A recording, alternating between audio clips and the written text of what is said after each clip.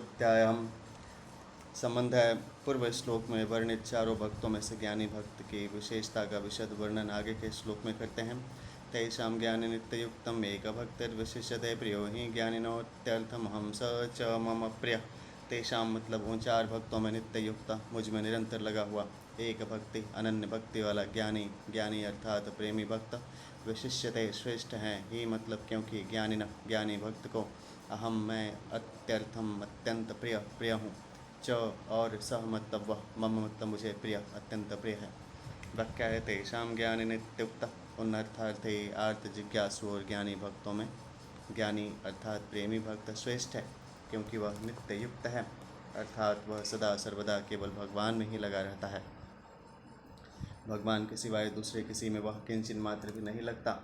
जैसे गोपियाँ गाय दूहते, दही बिलोते, धान कूटते आदि सभी लौकिक कार्य करते हुए भी भगवान श्री कृष्ण में चित्त वाली रहती हैं, ऐसे ही वह ज्ञानी भक्त लौकिक और परमार्थिक सब क्रियाएँ करते समय सदा सर्वदा भगवान से जुड़ा रहता है। भगवान का संबंध रखते हुए ही उसकी सब क्रियाएँ होती हैं। एक तो भक्तिर्विशिष्यते, उस ज्ञानी अर्थात प्रेमी भक्त का आकर्षण केवल भगवान में होता है, उसकी अपनी कोई व्यक्तिगत इच्छा नहीं रहती, इसलिए वह श्रेष्ठ है। अर्थार्थी आदि भक्तों में पूर्व संस्कारों के कारण जब तक व्यक्तिगत इच्छाएं उत्पन्न होती रहती हैं, तब तक उनकी एक भक्ति नहीं होती, अर्थात केवल भगवान में प्रेम नहीं होता। परंतु उन भक्तों में इन इच्छाओं को नष्ट करने का भाव भी होता है, और इच्छाओं के सर्वथा नष्ट होने पर सभी भक्त भगवान के प्रेमी और भगवान के प्रेमास्पद हो जाते हैं। यादोहने अवहनने मथनोपलेप प्रेङ्खेङ्नार्वरुदितो क्षणमार्जदादौ गायन्ति चैनमनुरक्तधियो अश्रुकण्ठयो धन्या वज्रश्रिय उरुक्रमचित्तयाणः। श्रीमद्भगवद्गीता के 10वें अध्याय का 44 का 15वां है।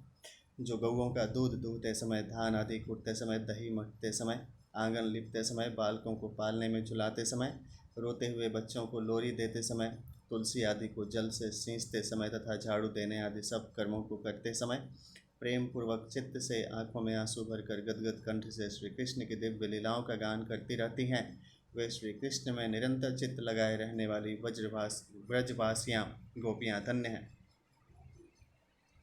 वहाँ भक्त और भगवान में द्वैत का भाव न रहकर प्रेमाद्वैत प्रेम में अद्वैत हो जाता है। ऐसे तो चारों भक्त भगवान में नित्य निरंतर लगे रहते हैं, परंतु तीन भक्तों के भीतर में कुछ न कुछ व्यक्तिगत इच्छा रहती है। जैसे अर्थार्थी भक्त अनुकूलता की इच्छा करते हैं, आर्थ भक्त प्रतिकूलता को मिटाने की इच्छा करते हैं, और जिज्ञासु भक्त अपने स्वरूप को या भगवत तत्व को जानने की इच्छा करते हैं। ज्ञानी अर्थात प्रेमी भक्त में अपनी कोई इच्छा नहीं रहती, अतः वह एक भक्ति है। प्रियो हि ज्ञानिनो अत्यर्थमहं स च मम प्रिय, उस ज्ञानी प्रेमी भक्त को मैं अत्यंत प्यारा हूँ, उसमें अपनी किंचन मात्र भी इच्छा नहीं है, केवल मेरे में प्रेम है, इसलिए वह मेरे को अत्यंत प्यारा है। वास्तव में तो भगवान का अंश होने से सभी जीव स्वाभाविक ही भगवान को प्यारे हैं। भगवान के प्यार में कोई निजी स्वार्थ नहीं है। जैसे माता अपने बच्चों का पालन करती है, ऐसे ही भगवान बिना किसी कारण के सबका पालन पोषण और प्रबंधन करते हैं। परंतु जो मनुष्य किसी कारण से भगवान के सम्मुख हो जाते हैं, उनकी उस सम्मुखता के कारण भगवान में उनके प्रति एक विशेष प्रियता हो जाती है। जब भक्त सर्वथा निष्काम हो जाता है, अर्थात उसमें लौकिक पारलौकिक किसी तरह की इच्छा नहीं रहती, तब उसमें स्वतः सिद्ध प्रेम पूर्ण रूप से जागृत हो जाता है। पूर्ण रूप से जागृत होने का अर्थ है कि प्रेम में किंचन मात्र भी कमी नहीं रहती, प्रेम कभी समाप्त भी नहीं होता, क्योंकि वह अनंत और प्रतिक्षण वर्तमान है। प्रतिक्षण वर्तमान का तात्पर्य है कि प्रेम में प्रतिक्षण अलौकिक विलक्षणता का अनुभव होता रहता है, अर्थात इधर पहले दृष्टि गई ही नहीं, इधर हमारा ख्याल गया ही नहीं, अब दृष्टि गई, इस तरह प्रतिक्षण भाव और अनुभव होता ही रहता है। इसलिए प्रेम को अनंत बताया गया है। परिशिष्ट भाव है, भगवान ने अपने प्रेमी भक्त को ज्ञानी नाम से इसलिए कहा है कि सब कुछ परमात्मा ही है, यही वास्तविक और अंतिम ज्ञान है, इससे आगे कुछ नहीं है। इसलिए ऐसा अनुभव करने वाला प्रेमी भक्त ही वास्तविक ज्ञानी है। इसी अध्याय का 19वां श्लोक। कारण कि ऐसे भक्त की दृष्टि में एक परमात्मा के सिवाय दूसरी सत्ता है ही नहीं, जबकि विवेकी पुरुष की दृष्टि में सत्य और असत्य दो सत्ता रहती हैं। तात्पर्य है कि यहाँ ज्ञानी शब्द जीवन मुक्त तत्व ज्ञानी के लिए नहीं आया है, प्रत्युत वासुदेव सर्वम का अनुभव करने वाले ज्ञानी अर्थात प्रेमी भक्त के लिए आया है। गीता में भगवान ने मुख्य रूप से भक्त को ही ज्ञानी कहा है। इसी अध्याय का 16वां, 17वां और 18वां श्लोक। क्योंकि वही अंतिम और असली ज्ञानी है। उसका केवल भगवान में ही प्रेम होता है, इसलिए वह श्रेष्ठ है। एक भक्तिर्विशिष्यते। भगवान का अर्थार्थी भक्त अनित्य युक्त निरंतर भगवान में न लगा हुआ होता है। अर्थार्थी की अपेक्षा आर्त कम अनित्य युक्त होता है। आर्त की अपेक्षा भी जिज्ञासु कम अनित्य युक्त होता है, परंतु ज्ञानी सर्वथा अनित्य युक्त होता है। प्रियो ही ज्ञानिनो अत्यर्थमहम स च मम प्रिय पदों का तात्पर्य है कि वासुदेव सर्वम का अनुभव होने पर फिर भक्त और भगवान दोनों में परस्पर प्रेम ही प्रेम शेष रहता है। इसी को शास्त्रों में प्रतीक्षण, वर्तमान प्रेम, अनंत रस आदि नामों से कहा गया है। संबंध है। पूर्व श्लोक में भगवान ने ज्ञानी भक्त को अपना अत्यंत प्यारा बताया, तो इससे यह असर पड़ता है कि भगवान ने दूसरे भक्तों का आदर नहीं किया। इसलिए भगवान आगे के श्लोक में कहते हैं, उदारा सर्व एवैते ज्ञानी त्वात्मैव मे मतम् आस्थितः स हि युक्तात्मा मामैवानुत्तमां गतिम्। एते मतलब पहले कहे हुए सर्वे एव सब के सब चारों ही भक्त उदारा बड़े उदार श्रेष्ठ भाव वाले हैं। तो मतलब परंतु ज्ञानी, ज्ञानी प्रेमी तो मैं मतलब मेरा आत्मा स्वरूप, एव मतलब ही है, मत्तम ऐसा मेरा मत है, ही कारण ही, सह मतलब वह युक्तात्मा मुझसे अभिन्न है, और अनुत्तमाम गतिम जिससे श्रेष्ठ दूसरी कोई गति नहीं है। ऐसे माम मतलब मुझ में, एव मतलब ही, आस्थ दृढ़ स्थित हैं।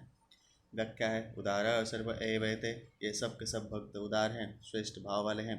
भगवान ने यहाँ जो उदारा शब्द का प्रयोग किया है उसमें कई विचित्र भाव हैं। जैसे पहला, चौथे अध्याय के 11वें श्लोक में भगवान ने कहा है कि भक्त जिस प्रकार मेरे शरण होते हैं उसी प्रकार मैं उनका भजन करता हूँ। भक्त भगवान को चाहते हैं और भगवान भक्त को चाहते हैं, परंतु इन दोनों में पहले भक्त ने ही संबंध जोड़ा है, और जो पहले संबंध जोड़ता है वह उदार होता है। तात्पर्य यह है कि भगवान संबंध जोड़े या न जोड़े इसकी भक्त परवाह नहीं करता। वह तो अपनी तरफ से पहले संबंध जोड़ता है और अपने को समर्पित करता है, इसलिए वह उदार है। दूसरा है, देवताओं के भक्त सकाम भाव से विधिपूर्वक यज्ञ, दान, तप आदि कर्म करते हैं तो देवताओं को उनकी कामना के अनुसार वह चीज़ देनी ही पड़ती है, क्योंकि देवता लोग उनका हित नहीं देखते। परंतु भगवान का भक्त अगर भगवान से कोई चीज़ मांगता है तो भगवान अगर उचित समझे तो वह चीज़ दे देते हैं। अर्थात देने से उसकी भक्ति बढ़ती हो तो दे देते हैं, और भक्ति न बढ़ती हो, संसार में फसावट होती हो तो नहीं देते, कारण कि भगवान परमपिता हैं और परम हितैषी हैं। तात्पर्य यह हुआ कि अपनी कामना की पूर्ति हो अथवा न हो तो भी वे भगवान का ही भजन करते हैं, भगवान के भजन को नहीं छोड़ते। यह उनकी उदारता ही है। तीसरा है, संसार के भोग और रुपए पैसे प्रत्यक्ष सुखदायी दिखते हैं, और भगवान के भजन में प्रत्यक्ष जल्दी सुख नहीं दिखता। फिर भी संसार के प्रत्यक्ष सुख को छोड़कर, अर्थात भोग भोगने और संग्रह करने की लालसा को छोड़कर भगवान का भजन करते हैं, यह उनकी उदारता ही है। भगवान के दरबार में मांगने वालों को भी उदार कहा जाता है। यही दरबार दीन को आदर रीति सदा चली आई विनय पत्रिका 165 का 5वां है। अर्थात कोई कुछ मांगता है, कोई धन चाहता है, कोई दुख दूर करना चाहता है, ऐसे मांगने वाले भक्तों को भी भगवान उदार कहते हैं। यह भगवान की विशेष उदारता ही है।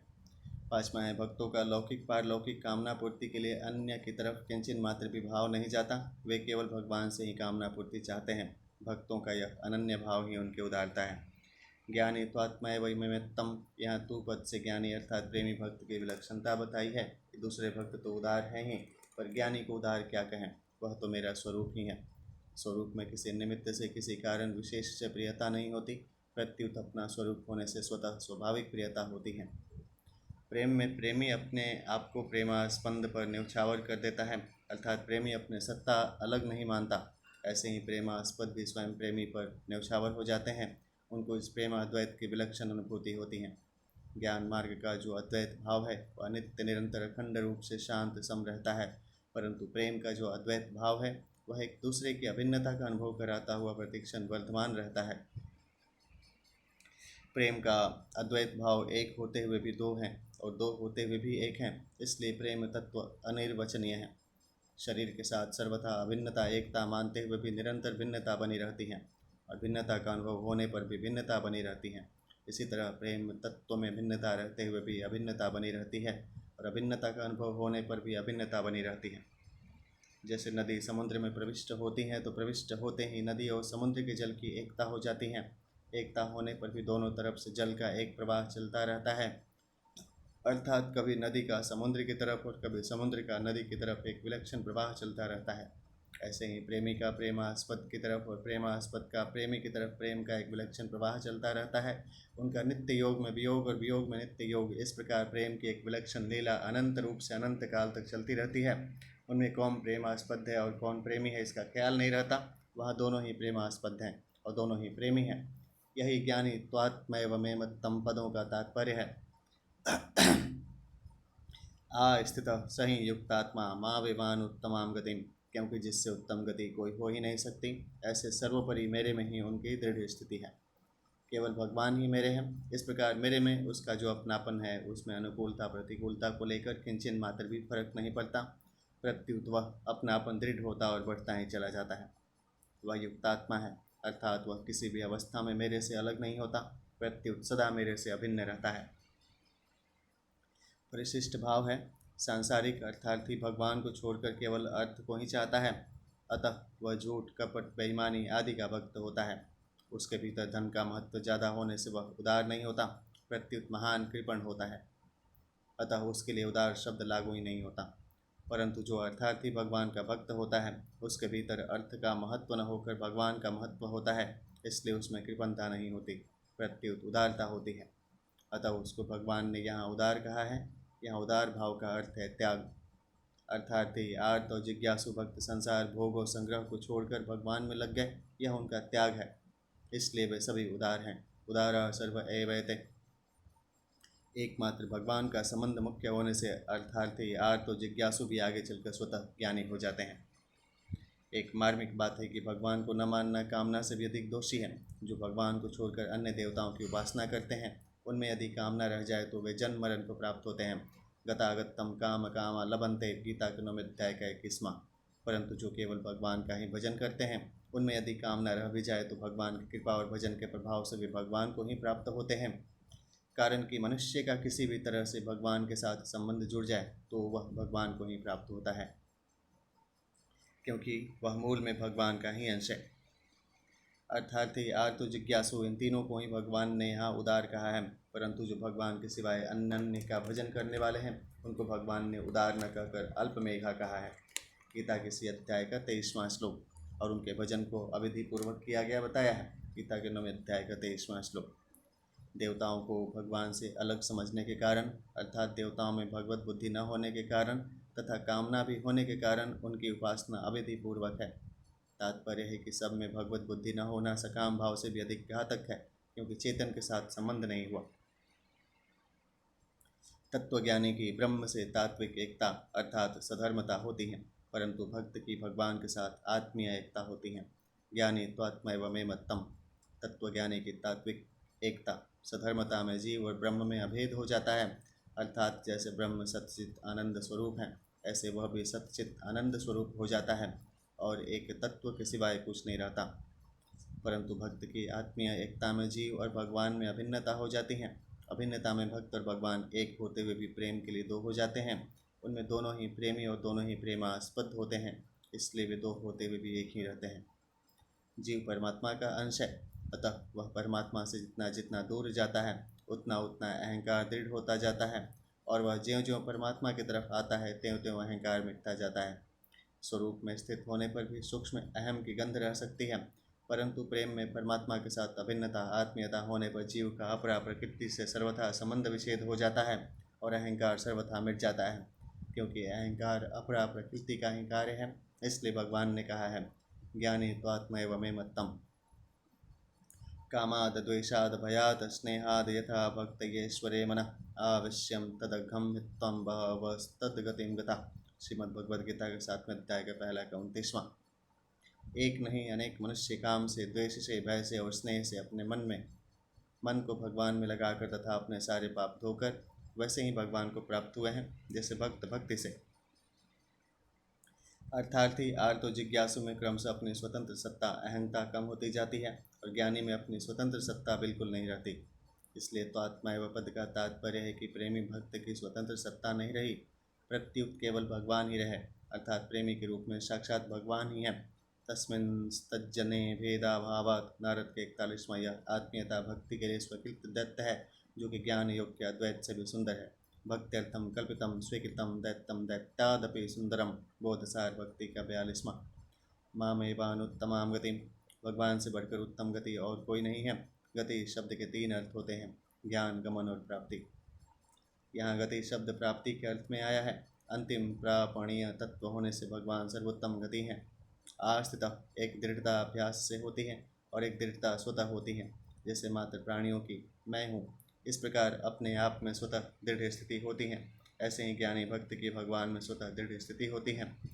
संबंध है पूर्व श्लोक में कहे हुए ज्ञानी अर्थात प्रेमी भक्त की वास्तविकता और उसके भजन का प्रकार आगे के श्लोकों में बताते हैं। बहुना जन्मना मनते ज्ञानवान मा प्रपद्यते वासुदेव सर्वमेति स महात्मा तु दुर्लभा। बहु नाम मतलब बहुत जन्म नाम, जन्मों के अंते अंतिम जन्म में अर्थात मनुष्य जन्म में सर्वम सब कुछ वासुदेव परमात्मा ही है। इति इस प्रकार ज्ञानवान जो ज्ञानवान, माम मतलब मेरे प्रपद्यते शरण होता है, सह मतलब वह महात्मा, महात्मा सुदुर्लभ अत्यंत दुर्लभ है। व्याख्या है बहुनाम जन्मान मनते, मनुष्य जन्म संपूर्ण जन्मों का अंतिम जन्म है। भगवान ने जीवन को मनुष्य शरीर देकर उसे जन्म मरण के प्रभाव से अलग होकर अपनी प्राप्ति का पूरा अधिकार दिया है, परंतु यह मनुष्य भगवान को प्राप्त न करके राग के कारण फिर पुराने प्रवाह में अर्थात जन्म मरण के चक्कर में चला जाता है। इसलिए भगवान कहते हैं अप्राप्य माम निवर्तन्ते मृत्यु संसार वर्तमनि। गीता के 9वें अध्याय का 3। जहाँ भगवान आसुरी योनियों और नरकों के अधिकारियों का वर्णन करते हैं, वहाँ दुर्गुण दुराचारों के कारण भगवत प्राप्ति की संभावना न दिखने पर भी भगवान कहते हैं माम अप्राप्यैव कौन्तेयं ततो यान्त्यधर्मां गतिम। गीता के 16वें अध्याय का 20वां। अर्थात मेरे को प्राप्त किए बिना ही ये प्राणी अधम गति को चले गए, अर्थात वे मरने के बाद मनुष्य योनि में भी चले जाते तो कम से कम मनुष्य तो रह जाते, पर वे मेरी प्राप्ति का पूरा अधिकार प्राप्त करके भी अधम गति को चले गए। संतों की वाणी में और शास्त्रों में आता है कि मनुष्य जन्म केवल अपना कल्याण करने के लिए मिला है, विषयों का सुख भोगने के लिए तथा स्वर्ग की प्राप्ति के लिए नहीं। इसलिए गीता ने स्वर्ग की प्राप्ति चाहने वालों को मूढ़ और तुच्छ बुद्धि वाले कहा है। अविपश्चित 2वें अध्याय का 42वां और अल्पमेघ साम 7वें अध्याय का 23वां। यह मनुष्य जन्म संपूर्ण जन्मों का आदि जन्म भी है और अंतिम जन्म भी है। संपूर्ण जन्मों का आरंभ मनुष्य जन्म से ही होता है, अर्थात मनुष्य जन्म में किए हुए पाप 84 लाख योनि और नरकों में भोगने पर भी समाप्त नहीं होते, बाकी रहते हैं। इसलिए संपूर्ण जन्मों का आदि जन्म है। मनुष्य जन्म में संपूर्ण पापों का नाश करके, संपूर्ण वासनाओं का नाश करके अपना कल्याण कर सकते हैं, भगवान को प्राप्त कर सकते हैं। इसलिए संपूर्ण जन्मों का अंतिम जन्म है। भगवान ने 8वें अध्याय के 6वें श्लोक में कहा है कि जो मनुष्य अंत समय में जिस जिस भाव का स्मरण करते हुए शरीर छोड़कर जाता है, उस भाव को ही वह प्राप्त होता है। भक्ति का यह अद्वैत कल्पना नहीं है, प्रत्युत स्वीकृति है। कल्पित अद्वैत तो असत्य होता है, उसमें प्रेम नहीं होता। यही तन कर फल विषय न भाई, स्वर्गों स्वल्प अंत दुखदायी। मानस के 7 अध्याय का 44 का पहला है। इस तरह मनुष्य को जिस किसी भाव का स्मरण करने में जो स्वतंत्रता दी गई है, इससे मालूम होता है कि भगवान ने मनुष्य को पूरा अधिकार दिया है, अर्थात मनुष्य के उद्धार के लिए भगवान ने अपनी तरफ से यह अंतिम जन्म दिया है। अब इसके आगे यह नए जन्म की तैयारी कर ले अथवा अपना उद्धार कर ले, इसमें यह सर्वथा स्वतंत्र है। इस बात को लेकर गीता मनुष्य मात्र को परमात्मा प्राप्ति का अधिकारी मानती है और डंक की चोट के साथ खुले शब्दों में कहती है कि वर्तमान का दुराचारी से दुराचारी, पूर्व जन्म के पापों के कारण नीच योनि में जन्मा हुआ पाप योनि और चारों वर्ण वाले स्त्री पुरुष, ये सभी भगवान का आश्रय लेकर परम गति को प्राप्त हो सकते हैं। गीता के 9वें अध्याय के 23वें से 33वें श्लोक तक। गीता ने 9वें अध्याय के 32वें श्लोक में ऐसा विचित्र पाप योनि शब्द कहा है जिसमें शूद्र से भी नीचे कहे और माने जाने वाले चांडाल, यवन आदि तथा पशु पक्षी, कीट पतंग, वृक्ष लता आदि सभी लिए जा सकते हैं। हाँ, यह बात अलग है कि पशु पक्षी आदि मनुष्यतर प्राणियों में परमात्मा की तरफ चलने की योग्यता नहीं है, परंतु परमात्मा के अंश होने से उसके लिए परमात्मा की तरफ से मना नहीं है। उनमें से बहुत से प्राणी भगवान और संत महापुरुषों की कृपा से तथा तीर्थ और भगवत धाम के प्रभाव से परम गति को प्राप्त हो जाते हैं। देवता भोग योनि हैं, वे भोगों में ही लगे रहते हैं, इसलिए उनको अपना उद्धार करना है ऐसा विचार नहीं होता। परंतु वे अगर किसी कारण से भगवान की तरफ लग जाएं तो उनका भी उद्धार हो जाता है। इंद्र को भी ज्ञान प्राप्त हुआ था, ऐसा शास्त्रों में आता है। भगवान की तरफ से मनुष्य मात्र का जन्म अंतिम जन्म है, कारण कि भगवान का यह संकल्प है कि मेरे दिए हुए शरीर से यह अपना कल्याण कर ले, अतः यह अपना कोई संकल्प न रख कर केवल निमित्त मात्र बन जाए तो भगवान के संकल्प से इसका कल्याण हो जाए। जैसे 11वें अध्याय के 34वें श्लोक में भगवान ने अर्जुन से कहा है, मेरे द्वारा मारे हुए ही तू मार दे, मया हतास्त्वं जाहि, तो चिंता मत कर, माँ व्यथिष्ठा, तो युद्ध कर तेरी विजय होगी। युद्ध स्वचेतासी, इसी तरह से भगवान ने कृपा करके मनुष्य शरीर दिया है। अगर मनुष्य भगवान से विमुख होकर संसार के राग में न फंसे तो भगवान के उस संकल्प से अनायास ही मुक्त हो जाए। भगवान का संकल्प ऐसा नहीं है कि साधक की इच्छा के बिना उसका कल्याण हो जाए, अर्थात जैसे शाप या वरदान दिया जाता है वैसा यह संकल्प नहीं है। तो फिर कैसा है यह संकल्प? भगवान ने मनुष्य को अपना कल्याण करने की स्वतंत्रता इस मनुष्य जन्म में दी है। अगर यह प्राणी उस स्वतंत्रता का दुरुपयोग न करे, अर्थात भगवान और शास्त्रों से विपरीत न चले, कम से कम अपने विवेक के विरुद्ध न चले, तो उससे भगवान और शास्त्रों के अनुकूल चलना स्वाभाविक होगा। कारण कि भगवान और शास्त्रों से विपरीत न चलने पर दो अवस्थाओं में से एक अवस्था स्वाभाविक होगी, या तो वह शरीर, इंद्रियां, मन, बुद्धि से कुछ नहीं करेगा, या केवल भगवान और शास्त्र के अनुकूल ही करेगा। कुछ नहीं करने की अवस्था में, अर्थात कुछ करने की रुचि न रहने की अवस्था में मन, बुद्धि, इंद्रियों आदि के साथ संबंध विच्छेद हो जाता है। कारण कि कुछ न कुछ करने की इच्छा से ही कर्तृत्वाभिमान उत्पन्न होकर अंतःकरण और इंद्रियों के साथ संबंध जुड़ता है, और अपने लिए करने से फल के साथ संबंध जुड़ता है। कुछ भी न करने से न कर्तृत्वाभिमान होगा और न फल इच्छा होगी, प्रत्युत स्वरूप में स्वतः स्थिति होगी। शास्त्र की आज्ञा के अनुसार निष्काम भाव पूर्वक कर्म करने की अवस्था में करने का प्रवाह मिट जाता है और क्रिया तथा पदार्थ से संबंध विच्छेद हो जाता है। क्रिया और पदार्थ से संबंध विच्छेद होने से नई कामना होगी नहीं और पुराना राग मिट जाएगा तो स्वतः बोध हो जाएगा।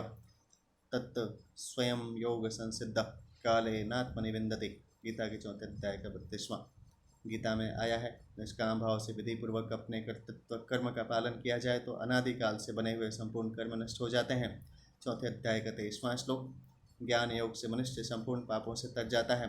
4 अध्याय का 36वां श्लोक। भगवान भक्त को संपूर्ण पापों से मुक्त कर देते हैं। 18वें अध्याय का 66वां श्लोक।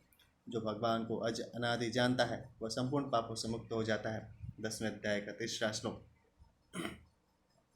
नर तन सम नहीं कवनयु देहि, जीव चराचर जाच्छत तेहि, नरक स्वर्ग अपवर्ग निस्सेनि, ज्ञान विराग भगति शुभ देनि। मानस के 7वें अध्याय का 121वां का 5वां। इस प्रकार कर्म योग, ज्ञान योग और भक्ति योग तीनों योग से पाप नष्ट हो जाते हैं। तात्पर्य यह निकला कि अंतिम मनुष्य जन्म केवल कल्याण के लिए ही मिला है।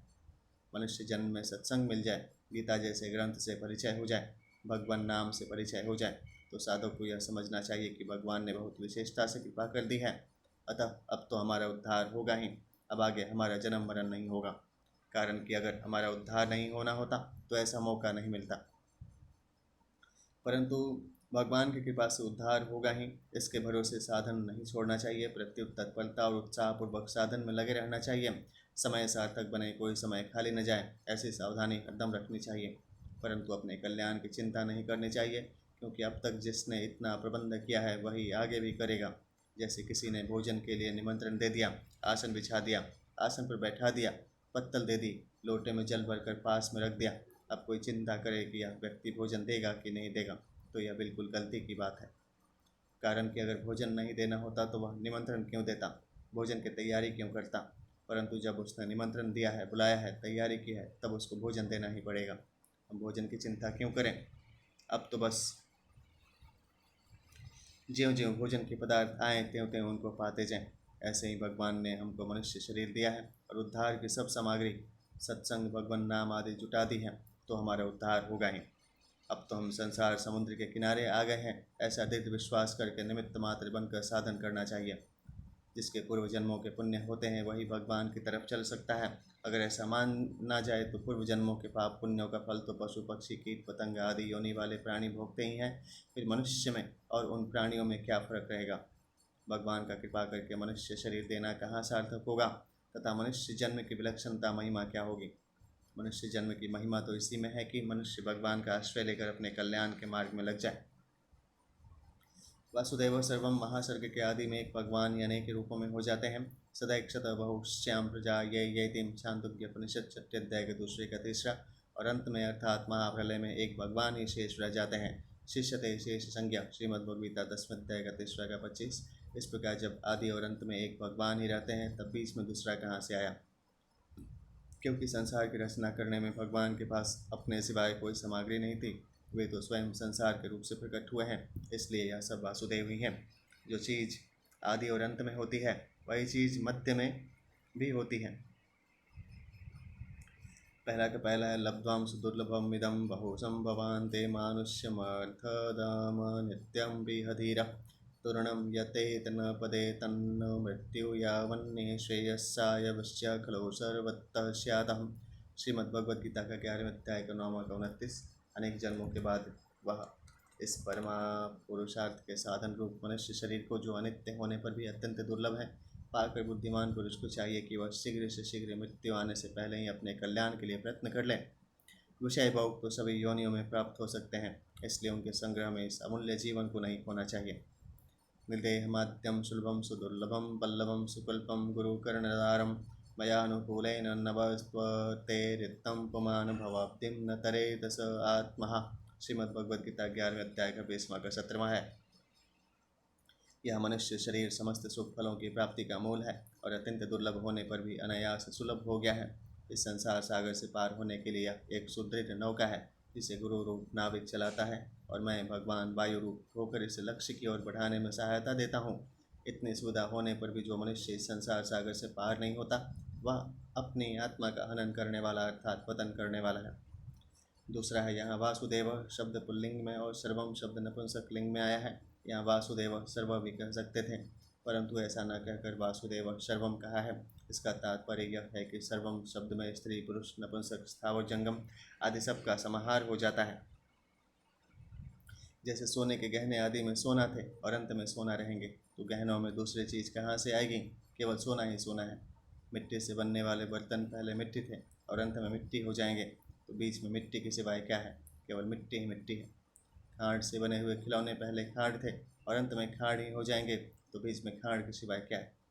केवल खाड़ ही खाड़ है। इसी तरह सृष्टि के पहले भगवान थे और अंत में भगवान ही रहेंगे, तो बीच में भगवान के सिवाय क्या है? केवल भगवान ही भगवान है। जैसे सोने को चाहे गहनों के रूप में देखें, चाहे पासे के रूप में देखें, चाहे बर्फ़ के रूप में देखें, है वह सोना ही। ऐसे ही संसार में अनेक रूपों में, अनेक आकृतियों में एक भगवान ही है। जब तक मनुष्य की दृष्टि गहनों की तरफ, उसकी आकृतियों की तरफ रहती है, उसी को महत्व देती है, तब तक यह सोना ही है, इस तरफ उसकी दृष्टि नहीं जाती। ऐसे ही जब तक मनुष्य की दृष्टि संसार की तरफ रहती है, उसी को महत्व देती है, तब तक सब कुछ भगवान ही है, इस तरफ उसकी दृष्टि नहीं जाती। परंतु जब गहनों की तरफ दृष्टि नहीं रहती, तब गहनों में सोने की भावना नहीं होती, प्रत्युत यह सोना ही है, ऐसी भावना होती है। ऐसे ही जब संसार की तरफ दृष्टि नहीं रहती, तब संसार में भगवान की भावना नहीं होती, प्रत्युत सब कुछ भगवान ही है, भगवान के सिवाय दूसरा कुछ है ही नहीं, ऐसी भावना होती है। कारण कि संसार में भगवान की भावना करने से संसार की सत्ता साथ में रहती है, अर्थात संसार की भावना रखते हुए, उसकी सत्ता मानते हुए उसमें भगवान की भावना करते हैं। अतः जब तक संसार की सत्ता मानते हैं, संसार को महत्व देते हैं, तब तक संसार में भगवान की भावना करते रहने पर भी वासुदेव सर्वम का अनुभव नहीं होता। ब्रह्मभूत मनुष्य निर्वाण ब्रह्म को प्राप्त होता है। 5वें अध्याय का 24वां श्लोक। ब्रह्मभूत योगी को उत्तम सुख मिलता है। 6ठे अध्याय का 27वां श्लोक। ब्रह्मभूत भगवान की पराभक्ति को प्राप्त होता है और उस भक्ति से तत्व को जानकर उसमें प्रवेश करता है। 18वें अध्याय का 54वां 55वां श्लोक। गीता की दृष्टि से ये तीनों ही अवस्थाएं हैं। अवस्थाओं में परिवर्तन होता है, परंतु वासुदेव सर्वम यह अवस्था नहीं है, प्रत्युत वास्तविक तत्व है, इसमें कभी परिवर्तन नहीं होता। यह जो कुछ संसार देखता है, सब भगवान का ही स्वरूप है। भगवान के सिवाय इस संसार की स्वतंत्र सत्ता थी नहीं, है नहीं और कभी होगी भी नहीं। अतः देखने, सुनने और समझने में जो कुछ संसार आता है, वह सब का सब भगवत स्वरूप ही है, भगवान की आज्ञा है। मनसा वचसा दृष्टां गृह्यते अन्यैरपीन्द्रिय अहमेव नमतो अन्यदेति बुद्ध्यान्धो मंजसा। श्रीमद्भगवद्गीता 11वें अध्याय का 13वें का 24। मन से, वाणी से, दृष्टि से तथा अन्य इंद्रियों से भी जो कुछ ग्रहण किया जाता है, वह सब मैं ही हूँ, मुझसे भिन्न और कुछ नहीं है। यह सिद्धांत आप लोग विचारपूर्वक समझ लीजिए। इस आज्ञा के अनुसार ही उस ज्ञानी अर्थात प्रेमी का जीवन हो जाता है। वह सब जगह भगवान को ही देखता है। यमाम पश्यति सर्वत्र सर्वम च मयि पश्यति। गीता के 6ठे अध्याय का 23वां है। वह सब कुछ करता हुआ भी भगवान में ही रहता है। सर्वथा वर्तमानोपि स योगी मयि वर्तते। गीता के 6ठे अध्याय का 31वां। किसी को एक जगह भी अपनी प्रिय वस्तु मिल जाती है तो उसको बड़ी प्रसन्नता होती है। फिर जिसको सब जगह ही अपने प्यारे इष्ट देव का अनुभव होता है, उसकी प्रसन्नता का, आनंद का क्या ठिकाना। उस आनंद में विभोर होकर भगवान का प्रेमी भक्त कभी हंसता है, कभी रोता है। कभी नाचता है और कभी चुप होकर शांत हो जाता है। जित देखो तित श्यामयी है, श्याम कुंज वन यमुना श्यामा श्यामा गगन घन घटा छाई है। सब रंगन में श्याम भरो है, लोग कहत्या बात नहीं है। हाँ बौरी कै लोगन ही की, श्याम पुतरिया बदल गई है। चंद्र सार रवि सार श्याम है, मृदमग सार काम विजयी है। नीलकंठ को कंठ श्याम है, मनहु श्याम था बेल बई है। श्रुति को अच्चर श्याम देखियत, दीप शिखा पर श्याम तई है। नरदेवन की कौन कथा है, अलख ब्रह्म छवि श्याममयी है। इस तरह उसका जीवन अलौकिक आनंद से परिपूर्ण हो जाता है। फिर उसके लिए कुछ भी करना, जानना और पाना बाकी नहीं रहता। वह सर्वथा पूर्ण हो जाता है, अर्थात उसके लिए किसी भी अवस्था में, किसी भी परिस्थिति में कुछ भी प्राप्त करना बाकी नहीं रहता। जो भक्ति मार्ग पर चलता है वह यह सत्य है और यह असत्य है इस विवेक को लेकर नहीं चलता। उसमें विवेक ज्ञान की प्रधानता नहीं रहती, उसमें केवल भगवत भाव की ही प्रधानता रहती है।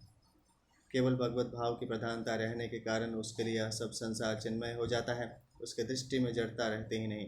भगवान में तल्लीनता होने से भक्त का शरीर भी जड़ नहीं रहता, प्रत्युत चिन्मय हो जाता है। जैसे मीराबाई का शरीर चिन्मय होने से भगवान के विग्रह में लीन हो गया था। ज्ञान मार्ग में जहाँ सत्य सत्य का विवेक होता है, वहाँ परिणाम में सत्य सत्य दोष की सत्ता नहीं रहती, केवल सत्य स्वरूप ही रह जाता है। परंतु भक्ति मार्ग में सत्य सत्य सब कुछ भगवत स्वरूप ही हो जाता है। फिर भक्त भगवत स्वरूप संसार की सेवा करता है। सेवा में पहले तो सेवक, सेवा और सेव्या, ये तीन होते हैं। परंतु जब भगवत भाव की अत्यधिक गाढ़ता हो जाती है, तब सेवक भाव की विस्मृति हो जाती है। फिर भक्त स्वयं सेवा रूप होकर सेव्य में लीन हो जाता है। केवल एक भगवत तत्व ही शेष रह जाता है। इस तरह भगवत भाव में तल्लीन हुए भगवान के प्रेमी भक्त जहाँ कहीं भी विचरते हैं, वहाँ उनके दर्शन, स्पर्श, भाषण आदि का प्राणियों पर बड़ा असर पड़ता है। जब तक मनुष्यों की पदार्थों में भोग बुद्धि रहती है, तब तक उनको उन पदार्थों का वास्तविक स्वरूप समझ में नहीं आता। परंतु जब भोग बुद्धि सर्वथा हट जाती है, तब केवल भगवत स्वरूप ही देखने में आ जाता है। मार्मिक बात है, वासुदेव सर्वम इस तत्व को समझने के दो प्रकार हैं। पहला, संसार का भाव करके परमात्मा को रखना, अर्थात संसार नहीं है और परमात्मा है। दूसरा, सब कुछ भगवान ही भगवान है। इसमें जो परिवर्तन दिखता है वह भी भगवान का ही स्वरूप है, क्योंकि भगवान के सिवाय उसकी कोई स्वतंत्र सत्ता नहीं है। उपरिक्त दोनों ही प्रकार साधनों के लिए है, साधकों के लिए है। जिस साधक का पदार्थों को लेकर संसार में आकर्षण राग है, उसको यह सब कुछ नहीं है, केवल परमात्मा ही है। इस प्रणाली को अपनाना चाहिए। जिस साधक का पदार्थों को लेकर संसार में किंचन मात्र भी आकर्षण नहीं है और जो केवल भगवान के स्मरण, चिंतन, जप, कीर्तन आदि में लगा रहता है, उसको संसार रूप से सब कुछ भगवान ही है। इस प्रणाली को अपनाना चाहिए। वास्तव में देखा जाए तो ये दोनों प्रणालियाँ तत्व से एक ही हैं। इन दोनों में फर्क इतना ही है कि जैसे सोने में गहने और गहनों के नाम, रूप, आकृति आदि अलग अलग होते हुए भी सब कुछ सोना ही सोना जानना। जहाँ पर संसार का भाव करके परमात्मा को तत्व से जानना है, वहाँ विवेक की प्रधानता है, और जहाँ संसार को भगवत स्वरूप मानना है, वहाँ भाव की प्रधानता है। निर्गुण के उपासकों में विवेक की प्रधानता होती है और सगुण के उपासकों में भाव की प्रधानता होती है। संसार का अभाव करके परमात्मा तत्व को जानना भी तत्व से जानना है और संसार को भगवत स्वरूप मानना भी तत्व से जानना है। कारण कि वास्तव में तत्व एक ही है। फर्क इतना ही है कि ज्ञान मार्ग में जानने की प्रधानता रहती है और भक्ति मार्ग में मानने की प्रधानता रहती है। इसलिए भगवान ने ज्ञान मार्ग में मानने को भी जानने के अर्थ में लिया है। इति मत्वा न सज्जते, गीता के 3 अध्याय का 28वां, और भक्ति मार्ग में जानने को भी मानने के अर्थ में लिया है 5वें अध्याय का 29वां, 9वें अध्याय का 13वां, 10वें अध्याय का 3रा, 7वां, 24वां, 27वां और 41वां श्लोक। इसमें एक खास बात समझने की है कि परमात्मा को जानना और मानना दोनों ही ज्ञान है, तथा संसार को सत्ता देकर संसार को जानना और मानना दोनों ही अज्ञान है। वागगद्गदा द्रवते यस्य चित्तं रुदत्यभीक्षणं हस्ते क्वचिच्च विलज्ज उद्गायते नित्यते च मद्भक्तिर्युक्तो भुवनं पुनाति। श्रीमद्भगवद्गीता का 11वें अध्याय का 14वें का 24 है। जिसकी वाणी मेरे नाम, गुण और लीला का वर्णन करती करती गदगद हो जाती है, जिसका चित्त मेरे रूप, गुण, प्रभाव और लीलाओं को याद करते करते द्रवित हो जाता है, जो बारंबार रोता रहता है, कभी कभी हंसने लग जाता है, कभी लज्जा छोड़कर ऊंचे स्वर से गाने लगता है, कभी नाचने लग जाता है, ऐसा मेरा भक्त सारे संसार को पवित्र कर देता है। संसार को तत्व से जानने पर संसार की स्वतंत्र सत्ता का अभाव हो जाता है। और परमात्मा को तत्व से जानने पर परमात्मा का अनुभव हो जाता है। ऐसे ही संसार भगवत स्वरूप है। ऐसा दृढ़ता से मानने पर संसार के स्वतंत्र सत्ता का भाव हो जाता है और फिर संसार संसार रूप से न दिखकर भगवत स्वरूप दिखने लग जाता है। तात्पर्य है कि परमात्मा तत्व का अनुभव होने पर जानना और मानना दोनों एक हो जाते हैं। यदि ज्ञानवान माम प्रपद्यते, जो प्रतिक्षण बदलने वाले संसार की सत्ता को मानते हैं वे अज्ञानी हैं, मूढ़ हैं, परंतु जिनकी दृष्टि कभी न बदलने वाले भगवत तत्व की तरफ रहती है वे ज्ञानवान है, असमूढ़ है। ज्ञानवान कहने का तात्पर्य है कि वह तत्व से समझता है कि सब जगह सब में और सबके रूप में वस्तुतः एक भगवान ही है। ऐसे ज्ञानवान को ही आगे 15वें अध्याय के 19वें श्लोक में सर्ववित्त कहा गया है। ज्ञानवान की शरणागति अर्थार्थी आर्त और जिज्ञासु भक्तों की तरफ नहीं है। भगवान ने ज्ञानी को अपनी आत्मा बताया है। ज्ञानी तो आत्मा एवं उत्तम, गीता के 7वें अध्याय का 18वां। जब ज्ञानी भगवान की आत्मा हुआ तो ज्ञानी की आत्मा भगवान हुए। अतः एक भगवत तत्व के सिवाय दूसरी सत्ता ही नहीं रही। इसलिए ज्ञानी की शरणागति उन तीनों भक्तों से विलक्षण होती है। उसके अनुभव में एक भगवत तत्व के सिवाय कोई दूसरी सत्ता होती ही नहीं, यही उसकी शरणागति है। भगवान की दृष्टि में अपने सिवाय कोई अन्य तत्व है नहीं। मयि सर्वमिदं प्रोक्तं सूत्रे मणिगणा इव, गीता के 7वें अध्याय का 7वां। जैसे सूत की माला में मणियों की जगह सूत की गांठ लगा दी तो माला में सूत के सिवाय अन्य क्या रहा, केवल सूत ही रहा। हाँ, देखने में गांठें अलग दिखती हैं और धागा अलग दिखता है, परंतु तत्व से एक ही चीज़ सूत है। ऐसे ही परमात्मा संसार में व्यापक दिखते हैं, परंतु तत्व से परमात्मा और संसार एक ही हैं।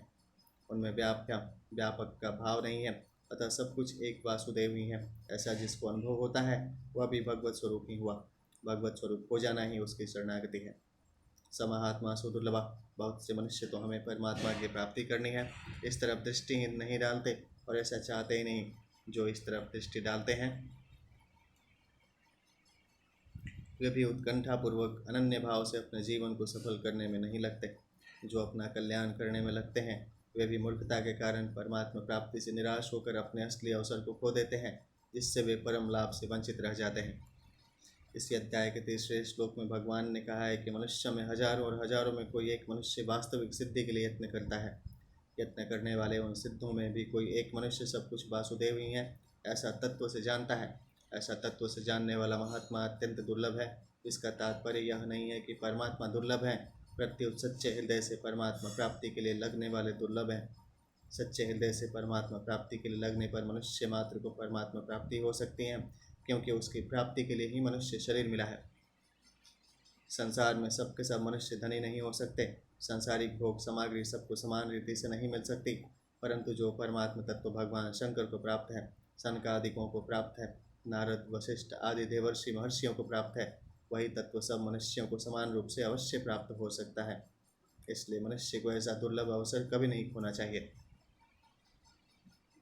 भगवान की यह एक अलौकिक विलक्षणता है कि वे भूखे के लिए अन्न रूप से, प्यासे के लिए जल रूप से और विषयी के लिए शब्द स्पर्श रूप रस और गंध रूप से बनकर आते हैं। वही मन बुद्धि इंद्रियां बनकर आते हैं, वही संकल्प विकल्प बनकर आते हैं, वे ही व्यक्ति बनकर आते हैं। परंतु साथ ही साथ दुख रूप से आकर मनुष्य को चेताते हैं कि अगर तुम इन वस्तुओं को भोग्य मानकर इनके भोक्ता बनोगे तो इसके फलस्वरूप तुमको दुख के दुख भोगना पड़ेगा। इसलिए मनुष्य को शर्म आनी चाहिए कि मैं भगवान को भोग सामग्री बनाता हूँ, मेरे सुख के लिए भगवान को सुख की सामग्री बनना पड़ता है। भगवान कितने विचित्र दयालु हैं कि यह प्राणी जो चाहता है भगवान वैसे ही बन जाते हैं। देखने सुनने और समझने में जो कुछ आ रहा है और जो मन बुद्धि इंद्रियों का विषय नहीं है वह सब भगवान ही है और भगवान का ही है, ऐसा मान ले। वास्तविकता से अनुभव कर ले तो मनुष्य विलक्षण हो जाता है, स महात्मा सुदुर्लभ हो जाता है। एक वैरागी बाबा जी थे। वे गणेश जी का पूजन किया करते थे। उनके पास सोने की बनी हुई एक गणेश जी की और एक चूहे की मूर्ति थी। वे दोनों मूर्तियां तौल में बराबर थीं। एक बार बाबा जी ने तीर्थों में जाने का विचार किया और वे उन मूर्तियों की बिक्री करने के लिए सुनार के पास गए। सुनार ने उन दोनों मूर्तियों को तौल कर दोनों के बराबर दाम बता दिए तो बाबा जी सुनार पर बिगड़ गए कि तू क्या कह रहा है, गणेश जी तो देवता है और चूहा उनका वाहन है, परंतु दोनों का बराबर मूल्य बता रहा है, यह कैसे हो सकता है। सुनार बोला कि बाबा जी, मैं गणेश और चूहे को नहीं खरीदता हूँ, मैं तो सोना खरीदता हूँ। सोने का जितना वजन होगा उसके अनुसार ही उसका मूल्य होगा। अगर सुनार गणेश और चूहे को देखेगा तो उसको सोना नहीं दिखेगा, और अगर सोने को देखेगा तो उसको गणेश और चूहा नहीं दिखेगा। इसलिए सुनार न गणेश को देखता है न चूहे को, वह तो केवल सोने को ही देखता है। ऐसे ही भगवान के साथ अभिन्न हुआ महात्मा संसार को नहीं देखता, वह तो केवल भगवान को ही देखता है। कोई एक संत रास्ते में चलते चलते किसी खेत में लघु शंका करने को बैठे। उस खेत के मालिक ने उनको देखा तो मतीरा, तरबूजा चुराने वाला यही आदमी है ऐसा समझकर पीछे से आकर उनके सिर पर लाठी मार दी। फिर देखा कि ये तो कोई बाबा जी हैं, अतः हाथ जोड़कर बोला, महाराज मैंने आपको जाना नहीं और चोर समझकर लाठी मार दी, इसलिए महाराज मुझे माफ़ करो। संत ने कहा, माफ़ क्या करना, तूने मेरे को तो मारा नहीं, तूने तो चोर को मारा है। उसने कहा, अब क्या करूं महाराज। संत ने कहा, जैसे तेरी मर्जी हो वैसा कर। उसने संत को बैलगाड़ी में ले जाकर अस्पताल में भर्ती कर दिया। वहाँ मलहम पट्टी करने के बाद कोई आदमी दूध लेकर आया और बोला, महाराज दूध पी लो। संत ने कहा, तू बड़ा चालाक होशियार है, तेरे विचित्र विचित्र रूप हैं, तू विचित्र विचित्र लीलाएं करता है। पहले तो तूने लाठी से मारा और अब कहता है दूध पी लो। वह आदमी डर गया और कहने लगा, बाबा जी मैंने नहीं मारा है। संत बोले, बिल्कुल झूठी बात है, मैं पहचानता हूँ, तू ही था, तूने ही मारा है। तेरे सिवाय और कौन आए, कहाँ से आए और कैसे आए? पहले तो मारा लाठी से, अब आया दूध पिलाने।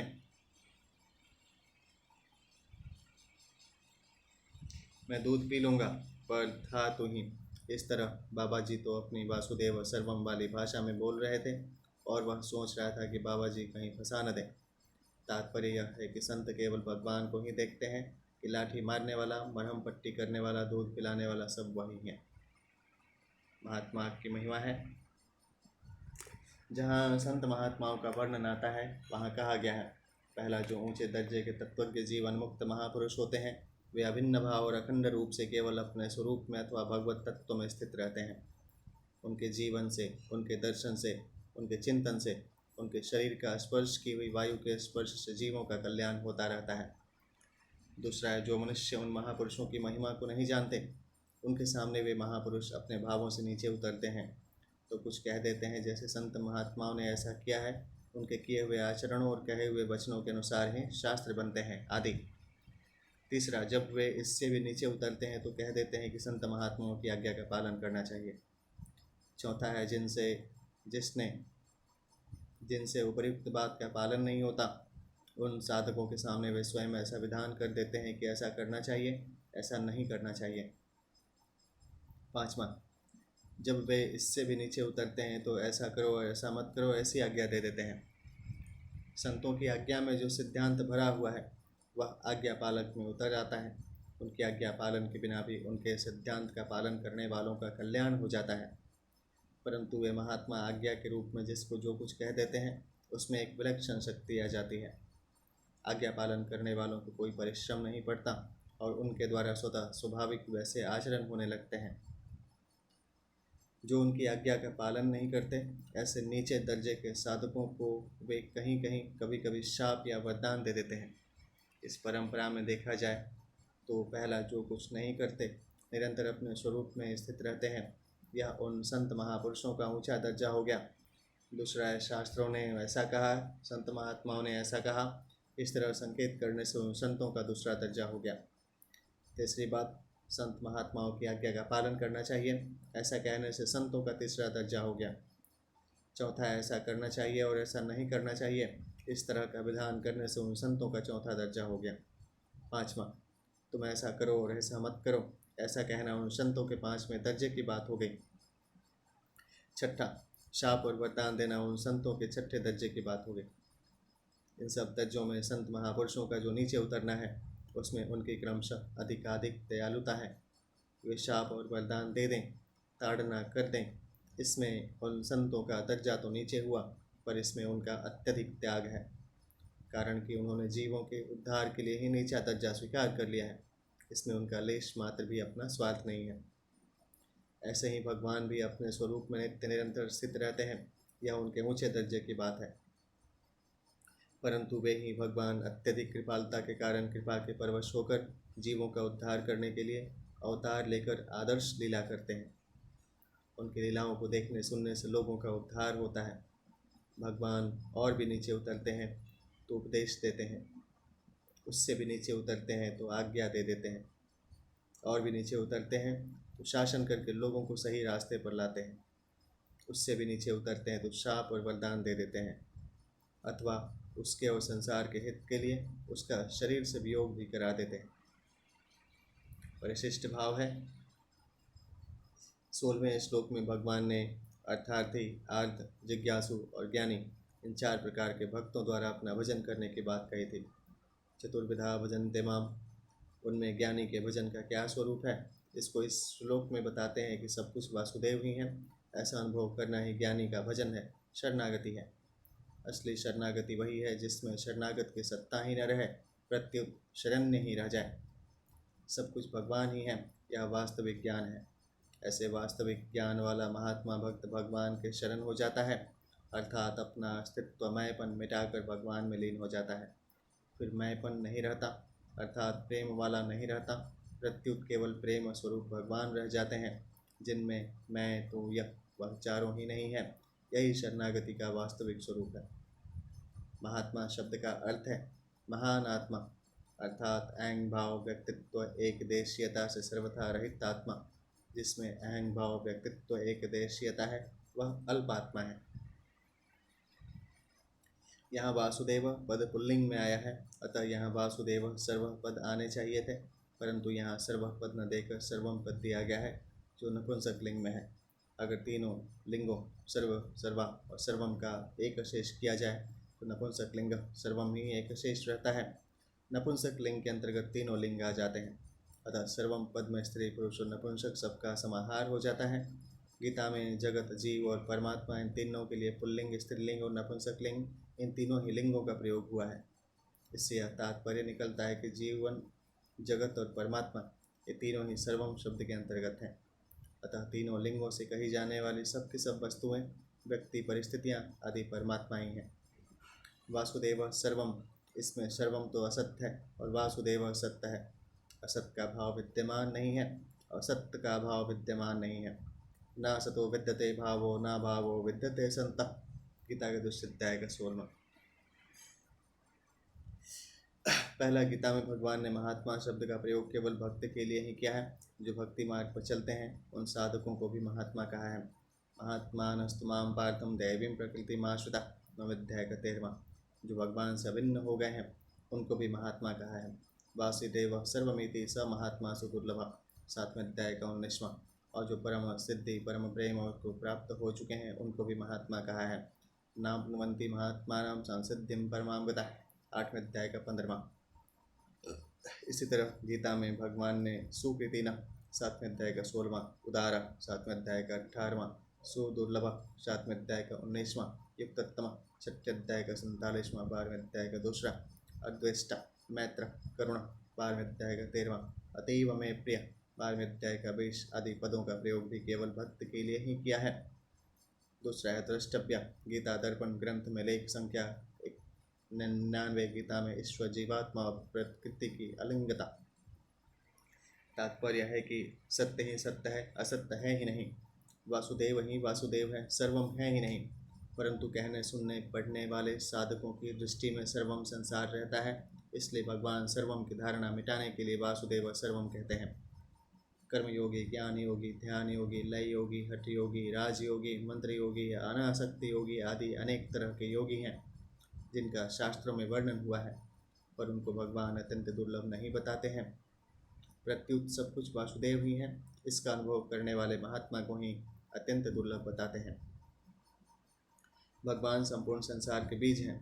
यच्चापि सर्वभूतानां बीजम तदहम अर्जुन, गीता के 10वें अध्याय का 39वां। बीजम मां सर्वभूतानां बुद्धिं पार्थ सनातनम, गीता के 7वें अध्याय का 10वां। बीज से जितनी चीज़ें पैदा होती हैं वे सब बीज रूप ही होती हैं। जैसे गेहूँ से पैदा होने वाली खेती को भी गेहूँ ही कहते हैं। किसान लोग कहते हैं कि गेहूँ की खेती बहुत अच्छी हुई है, देखो खेत में गेहूँ खड़े हैं, गेहूँ से खेत भरा है। परंतु कोई शहर में रहने वाला व्यापारी हो, वह उसको गेहूँ कैसे मान लेगा? वह कहेगा कि मैंने बोरे के बोरे गेहूँ खरीदा और बेचा है। क्या मैं नहीं जानता कि गेहूँ कैसा है? यह तो घास है, डंठल है और पत्ती है, यह गेहूँ नहीं है। परंतु खेती करने वाला जानकार आदमी तो यही कहेगा कि यह वह घास नहीं है जो पशु खाया करते हैं, यह तो गेहूँ है।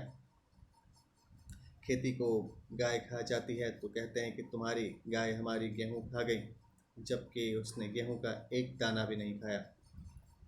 खेत में भले ही गेहूं का एक दाना भी न दिखे, पर यह गेहूं है, इसमें संदेह नहीं होता, कारण कि यह पहले भी गेहूं ही था, अंत में भी गेहूं रहेगा। अतः बीच में खेती रूप से अलग दिखते हुए भी गेहूं ही है। अभी तो यह हरी हरी घास दिखती है, पर बाद में पकने पर इससे गेहूं ही निकलेगा। इसी तरह संसार के पहले भी परमात्मा थे। सदैव सौम्येदमग्र आसीदेकमेवादित्यम। छांदोग्योपनिषद 6 अध्याय का 2 का पहला। अंत में भी परमात्मा ही रहेंगे। शिष्यते शेष संज्ञा। श्रीमद् भगवद गीता 10वें अध्याय का 3 का 25। अतः बीच में भी सब कुछ परमात्मा ही है। वासुदेव सर्वम। जब तक साधक में अहम है, तब तक वह भोगी है। मैं योगी हूँ, यह योग का भोग है। मैं ज्ञानी हूँ, यह ज्ञान का भोग है। मैं प्रेमी हूँ, यह प्रेम का भोग है। जब तक साधक में भोग रहता है, तब तक उसके पतन की संभावना रहती है। जो योग का भोगी है, वह कभी विषयों का भोगी भी हो सकता है। जो ज्ञान का भोगी है, वह कभी अज्ञान का भोगी भी हो सकता है। और जो प्रेम का भोगी है, वह कभी राग का भोगी भी हो सकता है, कारण कि उसमें पहले से भोग की प्रवृत्ति आदत रही है। जब भोगी नहीं रहता, तब केवल योग रहता है। योग रहने पर मनुष्य मुक्त हो जाता है, परंतु मुक्त होने पर भी महापुरुष ने जिस साधन से मुक्ति प्राप्त की है, उस साधन का एक संस्कार अहम के सूक्ष्म गंध रह जाता है, जो दूसरे दार्शनिकों के साथ एकता नहीं होने देता। इस संस्कार के कारण ही दार्शनिकों में और उनके दर्शनों में मतभेद रहता है। अपने मत का संस्कार दूसरे दार्शनिकों के मतों का समान आदर नहीं करने देता, परंतु प्रतिक्षण वर्धमान प्रेम की प्राप्ति होने पर अपने मत का संस्कार भी नहीं रहता और सबके साथ एकता हो जाती है, अर्थात संपूर्ण मतभेद मिट जाते हैं और वासुदेव सर्वम का अनुभव हो जाता है। वास्तव में वासुदेव सर्वम का अनुभव करने वाला, इसको जानने वाला, कहने वाला भी नहीं रहता। प्रत्युत एक वासुदेव ही रहता है, जो अनादिकाल से ज्यों का त्यों है। सब में परमात्मा को देखने से संपूर्ण मतों में समान आदर भाव हो जाता है, क्योंकि अपने इष्ट परमात्मा से विरोध संभव ही नहीं है। निज प्रभु मैं देख ही जगत के ही सन कर ही विरोधा। मानस के उत्तर अध्याय का 112वां कथा है। ईश्वर और जीव के विषय में 2 तरह का वर्णन है। पहला, ईश्वर समुद्र है और जीव उसकी तरंग है, अर्थात तरंग समुद्र की है। और दूसरा, जीव स्वरूप समुद्र है और ईश्वर उसकी तरंग है, अर्थात समुद्र तरंग का है। इन दोनों में तरंग समुद्र की है, ऐसा मानना ही ठीक दिखता है। समुद्र तरंग का है, ऐसा मानना ठीक नहीं दिखता, क्योंकि समुद्र अपेक्षाकृत नित्य है और तरंग अनित्य क्षणभंगुर है। अतः तरंग समुद्र की होती है, समुद्र तरंग का नहीं होता। अगर अपने को समुद्र और ईश्वर को तरंग माने तो इस मान्यता से अनर्थ होगा, क्योंकि ऐसा मानने से अभिमान पैदा हो जाएगा तथा अहम चिज्जर ग्रंथि तो नित्य रहेगा और ईश्वर अनित्य हो जाएगा। कारण कि जीव में अनादिकाल से अहम व्यक्तित्व का अभ्यास पड़ा हुआ है। अतः जहाँ स्वरूप को अहम कहेंगे, वहाँ वही अहम आएगा जो अनादिकाल से है। उस अहम के मिटने से ही मुक्ति होती है। उपयुक्त दोनों बातों के सिवाय तीसरी एक विलक्षण बात है कि जल तत्व में न समुद्र है न तरंग है, अर्थात वहाँ समुद्र और तरंग का भेद नहीं है। यही वास्तविक बात है। समुद्र और तरंग तो सापेक्ष हैं, पर जल तत्व निरपेक्ष है। जैसे जल तत्व में समुद्र, नदी, वर्षा, ओस, कोहरा, भाप, बादल आदि सब मिटकर एक हो जाते हैं, ऐसे ही वासुदेव सर्वम में सभी साधन योग मार्ग मिटकर एक वासुदेव रूप हो जाते हैं। जैसे जल तत्व में कोई भेद नहीं है, ऐसे ही वासुदेव सर्वम में कोई भेद नहीं है। मतभेद से असंतोष होता है, पर वासुदेव सर्वम में कोई मतभेद न होने से सबको सर्वथा संतोष हो जाता है। वासुदेव सर्वम में न योगी है, न ज्ञानी है, न प्रेमी है, इसलिए इसका अनुभव करने वाला महात्मा अत्यंत दुर्लभ है। एक ही जल बर्फ, कोहरा, बादल, ओला, वर्षा, नदी, तालाब, समुद्र आदि अनेक रूपों में हो जाता है। कढ़ाई में बर्फ डालकर उसको अग्नि पर रखा जाए तो बर्फ़ पिघलकर पानी हो जाएगी, फिर पानी भी भाप हो जाएगा और भाप परमाणु होकर निराकार हो जाएगा। जल ही कोहरा रूप से होता है, वही बादल रूप से होता है, वही निराकार रूप से होता है, वही बर्फ रूप से होता है, वही ओला रूप से होता है, वही वर्षा रूप होकर पृथ्वी पर बरसता है, वही नदी रूप से होता है, वही समुद्र रूप से होता है। अनेक रूप से होने पर भी तत्व से जल एक ही रहता है। इसी तरह एक ही भगवान अनेक रूप से बन जाते हैं। जैसे जल ठंडक से जमकर बर्फ हो जाता है और गर्मी से पिघलकर तथा भाप बनकर परमाणु रूप हो जाता है, ऐसे ही अज्ञान रूपी ठंडक से भगवान स्थूल तथा जड़ संसार रूप से दिखते हैं और ज्ञान रूपी अग्नि से सूक्ष्म तथा चेतन वासुदेव रूप से दिखते हैं। जल चाहे बर्फ रूप से दिखे, चाहे भाप बादल आदि रूपों से दिखे, है वह जल ही, जल के सिवाय कुछ नहीं है। ऐसे ही भगवान चाहे संसार रूप से दिखें, चाहे अन्य रूपों से दिखें, हैं वे भगवान ही, भगवान के सिवाय कुछ नहीं है। साधक से एक गलती होती है कि वह अपने को अलग रखकर संसार को भगवत स्वरूप देखने की चेष्टा करता है, अर्थात वासुदेव सर्वम को अपनी बुद्धि का विषय बनाता है। वास्तव में दिखने वाला संसार ही भगवत स्वरूप नहीं है, प्रत्युत देखने वाला भी भगवत स्वरूप है। सकलमिदम हम च वासुदेव, विष्णु पुराण का 3 अध्याय का 7वां का 32 है। अतः साधक को ऐसा मानना चाहिए कि अपने देह सहित सब कुछ भगवान ही है, अर्थात शरीर भी भगवत स्वरूप है, इंद्रियां भी भगवत स्वरूप हैं, मन भी भगवत स्वरूप है, बुद्धि भी भगवत स्वरूप है, प्राण भी भगवत स्वरूप है और अहम मैंपन भी भगवत स्वरूप है। सब कुछ भगवान ही है। इसको मानने के लिए साधक को बुद्धि से जोर नहीं लगाना चाहिए, प्रत्युत सहज रूप से जैसा है वैसा स्वीकार कर लेना चाहिए। इसलिए श्रीमद् भगवद गीता में आया है, सर्वं ब्रह्मात्मकं तस्यं विद्यात्ममनीषा परिपश्यनुपरमेत सर्वतो मुक्त संशय। 11वें अध्याय का 29वां का 18। जब सब कुछ भगवान ही है ऐसा निश्चय हो जाए, तब साधक इस अध्यात्म विद्या ब्रह्म विद्या के द्वारा सब प्रकार से संशय रहित होकर सब जगह भगवान को भली भांति देखता हुआ उपराम हो जाए, अर्थात सब कुछ भगवान ही है, यह चिंतन भी न रहे, प्रत्युत साक्षात भगवान ही दिखने लगे। तात्पर्य है कि जब सब कुछ भगवान ही है इस भाव से भी उपराम हो जाए, अर्थात न दृष्टा देखने वाला रहे, न दृश्य दिखने वाला रहे और न दर्शन देखने की वृत्ति ही रहे, केवल भगवान ही रहे। वासुदेव सर्वम का अनुभव अनेक दृष्टियों से हो सकता है। जैसे पहला, क्रिया पदार्थ और व्यक्ति का तो आदि और अंत होता है, वह सत्ता निरंतर ज्यों की त्यों रहती है। इसलिए मनुष्य मात्र को क्रिया पदार्थ और व्यक्ति के अभाव का तो अनुभव होता है, पर अपनी सत्ता के अभाव का अनुभव कभी किसी को नहीं होता।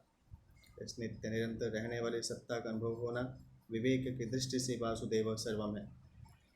दूसरा है, सृष्टि से पहले भी केवल भगवान थे और पीछे भी केवल भगवान रहेंगे, फिर बीच में भगवान के सिवाय दूसरा कैसे आ सकता है, यह युक्ति की दृष्टि से वासुदेव सर्वम है। तीसरा है, मेरे तो एक भगवान ही है, भगवान के सिवाय मेरा कोई है ही नहीं, और कोई है तो होगा, हमें उससे क्या मतलब। यह सीधे सरल विश्वासी भक्तों की दृष्टि से वासुदेव सर्वम है। जैसे ब्रज में एक साधु कुएं पर किसी से बातें कर रहा था कि ब्रह्म ऐसा होता है, जीव ऐसा होता है, आदि आदि। वहाँ जल भरने के लिए आई एक गोपी ने ये बातें सुनी तो उसने दूसरी गोपी से पूछा, अरे वीर, ये ब्रह्म जीव आदि क्या होते हैं?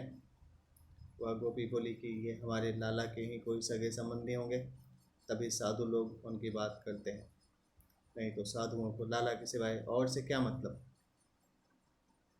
चौथा है, जिसके भीतर भगवत तत्व को जानने की व्याकुलता है, दिन में भूख नहीं लगती, रात में नींद नहीं आती, वह किसी संत से सुनकर अथवा पुस्तक में पढ़कर दृढ़तापूर्वक मान लेता है कि सब कुछ भगवान ही है।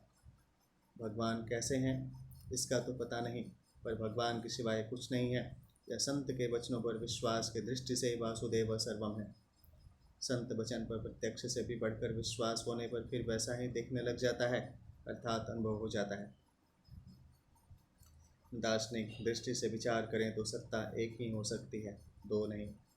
श्रद्धा विश्वास भक्ति की दृष्टि से देखें तो सब कुछ भगवान ही है, भगवान के सिवाय कुछ नहीं है। भक्त की दृष्टि भगवान को छोड़कर दूसरी तरफ जाती ही नहीं और भगवान के सिवाय दूसरा कोई उसकी दृष्टि में आता ही नहीं। संबंध है जो भगवान की महत्ता को समझकर भगवान की शरण होते हैं। ऐसे भक्तों का वर्णन 16वें से 19वें श्लोक तक करने के बाद अब भगवान आगे के 3 श्लोकों में देवताओं के शरण होने वाले मनुष्यों का वर्णन करते हैं। कामस्तैस्तैर्तज्ञान प्रपद्यन्ते देवता तम तम नियमास्तायं प्रकृत्यां नियतः स्व। परंतु तय तय उन कामनाओं से कृतज्ञान जिनका ज्ञान हरा गया है, ऐसे मनुष्य स्वया अपनी अपनी प्रकृति अर्थात स्वभाव से नियंत्रित होकर तम उस अर्थात देवताओं के उन नियमों को आस्थाय धारण करते हुए अन्य देवताओं के प्रपद्यन्ते शरण हो जाते हैं। व्याख्या है कामस्तैर्तज्ञान उन अर्थात इस लोक के और परलोक के भोगों की कामनाओं से जिनका ज्ञान ढक गया है, आच्छादित हो गया है। तात्पर्य है कि परमात्मा की प्राप्ति के लिए जो विवेक युक्त मनुष्य शरीर मिला है, उस शरीर में आकर परमात्मा की प्राप्ति न करके वे अपनी कामनाओं की पूर्ति करने में ही लगे रहते हैं। संयोगजन्य सुख की इच्छा को कामना कहते हैं। कामना 2 तरह की होती है। यहाँ के भोग भोगने के लिए धन संग्रह की कामना, स्वर्ग आदि परलोक के भोग भोगने के लिए पुण्य संग्रह की कामना। धन संग्रह की कामना 2 तरह की होती है। पहली, यहाँ चाहे जैसे भोग भोगें, चाहे जब चाहे जहाँ और चाहे जितना धन खर्च करें, सुख आराम से दिन बीतें आदि के लिए अर्थात संयोगजन्य सुख के लिए धन संग्रह की कामना होती है। और दूसरी, मैं धनी हो जाऊँ, धन से मैं बड़ा बन जाऊँ आदि के लिए अर्थात अभिमानजन्य सुख के लिए धन संग्रह की कामना होती है। ऐसे ही पुण्य संग्रह की कामना भी 2 तरह की होती है। पहली, यहाँ मैं पुण्यात्मा कहलाऊँ, और दूसरी, परलोक में मेरे को भोग मिले। इन सभी कामनाओं से सत्य असत्य नित्य अनित्य सार असार बंध मोक्ष आदि का विवेक आच्छादित हो जाता है। विवेक आच्छादित होने से वे यह समझ ही नहीं पाते कि जिन पदार्थों की हम कामना कर रहे हैं, वे पदार्थ हमारे साथ कब तक रहेंगे और हम उन पदार्थों के साथ कब तक रहेंगे। प्रकृत्यान्यता स्वया, कामनाओं के कारण विवेक ढका जाने से वे अपनी प्रकृति से नियंत्रित रहते हैं, अर्थात अपने स्वभाव के परवश रहते हैं। इसी अध्याय के 15वें श्लोक में वर्णित पुरुषों का ज्ञान तो माया से ढका हुआ है और यहाँ वर्णित पुरुषों का ज्ञान कामना से ढका हुआ है। वहाँ के पुरुष तो कामना पूर्ति के लिए जड़ पदार्थों का आश्रय लेते हैं और यहाँ के पुरुष कामना पूर्ति के लिए देवताओं का आश्रय लेते हैं। वहाँ के पुरुष दुष्टता के कारण नरकों में जाते हैं और यहाँ के पुरुष कामना के कारण बार बार जन्म मरण को प्राप्त होते हैं। यहाँ जो प्रकृत्यान्यता स्वया कहा है, इसी को 17वें अध्याय के 3रे श्लोक में यो यच्छ्रद्ध स एव स कहा है। यहाँ प्रकृति शब्द व्यक्तिगत स्वभाव का वाचक है, समष्टि प्रकृति का वाचक नहीं। यह व्यक्तिगत स्वभाव सब में मुख्य होता है। स्वभावो मूर्ध नहीं वर्तते, अतः व्यक्तिगत स्वभाव को कोई छोड़ नहीं सकता। या यस्य प्रकृति स्वभावजनता केनापि न त्यज्यते, परंतु इस स्वभाव में जो दोष हैं उनको तो मनुष्य छोड़ ही सकता है। अगर उन दोषों को मनुष्य छोड़ नहीं सकता तो फिर मनुष्य जन्म की महिमा ही क्या हो। मनुष्य अपने स्वभाव को निर्दोष शुद्ध बनाने में सर्वथा स्वतंत्र है, परंतु जब तक मनुष्य के भीतर कामना पूर्ति का उद्देश्य रहता है तब तक वह अपने स्वभाव को सुधार नहीं सकता और तभी तक स्वभाव की प्रबलता और अपने में निर्बलता दिखती है। परंतु जिसका उद्देश्य कामना मिटाने का हो जाता है, वह अपनी प्रकृति स्वभाव का सुधार कर सकता है, अर्थात उसमें प्रकृति की परवशता नहीं रहती। तम तम नियममास्थाय, कामनाओं के कारण अपनी प्रकृति के परवश होने पर मनुष्य कामना पूर्ति के अनेक उपायों को और विधियों नियमों को ढूंढता रहता है। अमुक यज्ञ करने से कामना पूर्ति होगी कि अमुक तप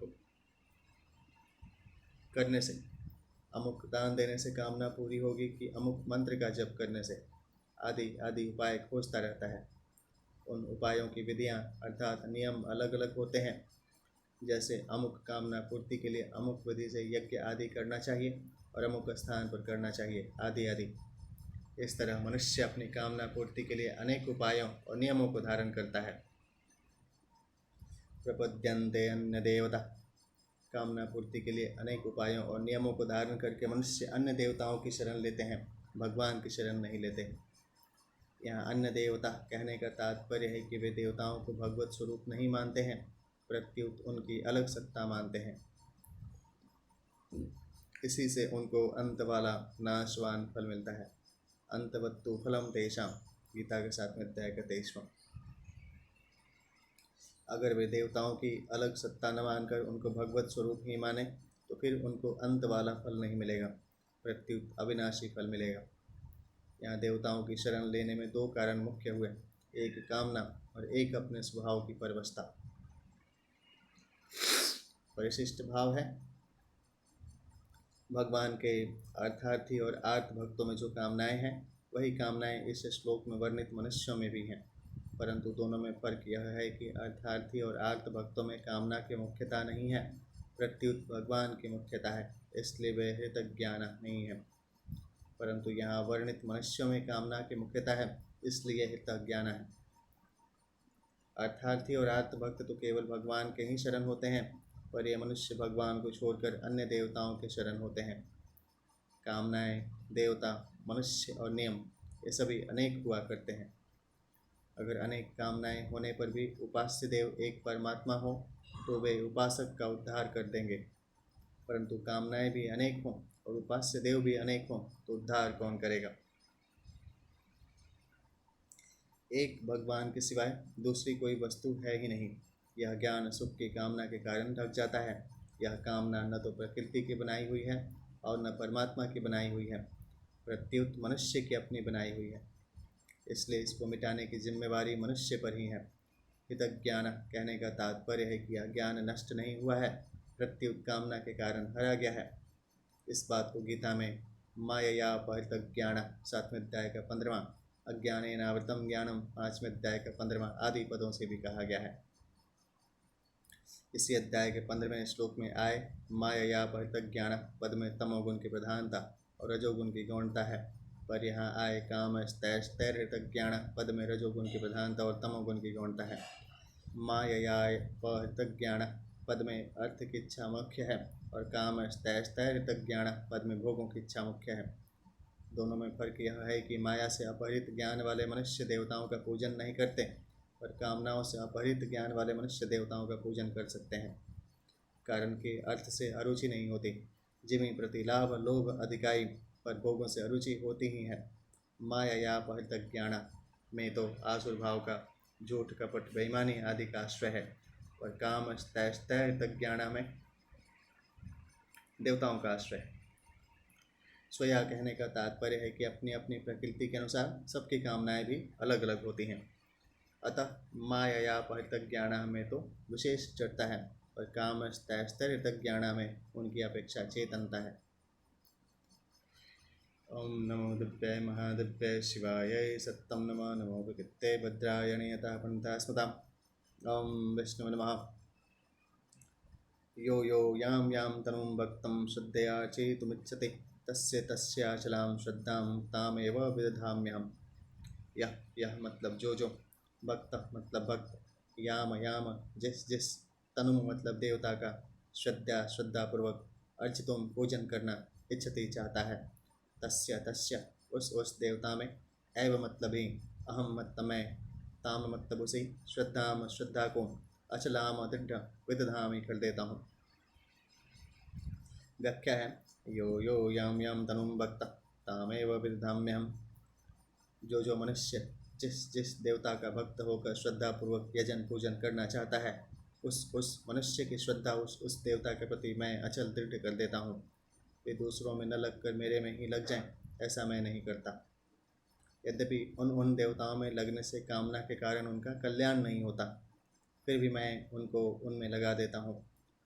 तो जो मेरे में श्रद्धा प्रेम रखते हैं, अपना कल्याण करना चाहते हैं, उनकी श्रद्धा को मैं अपने प्रति दृढ़ कैसे नहीं करूँगा, अर्थात अवश्य करूँगा, कारण कि मैं प्राणी मात्र का सुहृद हूँ। सुहृदम सर्वभूतानां, गीता के 5वें अध्याय का 29वां। इस पर यह शंका होती है कि आप सबकी श्रद्धा अपने में ही दृढ़ क्यों नहीं करते। इस पर भगवान मानो यह कहते हैं कि अगर मैं सबकी श्रद्धा को अपने प्रति दृढ़ करूं तो मनुष्य जन्म की स्वतंत्रता सार्थकता ही कहाँ रही।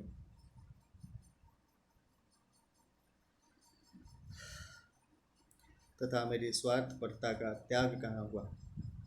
अगर लोगों को अपने में ही लगाने का मेरा आग्रह रहे तो यह कोई बड़ी बात नहीं है, क्योंकि ऐसा बर्ताव तो दुनिया के सभी स्वार्थी जीवों की स्वाभाविकता होती है। अतः मैं इस स्वार्थपरता को मिटाकर ऐसा स्वभाव सीखना चाहता हूँ कि कोई भी मनुष्य पक्षपात करके दूसरों से केवल अपनी पूजा प्रतिष्ठा करवाने में ही न लगा रहे और किसी को पराधीन न बनाए। अब दूसरी शंका यह होती है कि आप उनकी श्रद्धा को उन देवताओं के प्रति दृढ़ कर देते हैं, इससे आपकी साधुता तो सिद्ध हो गई, पर उन जीवों का तो आपसे विमुख होने से अहित ही हुआ।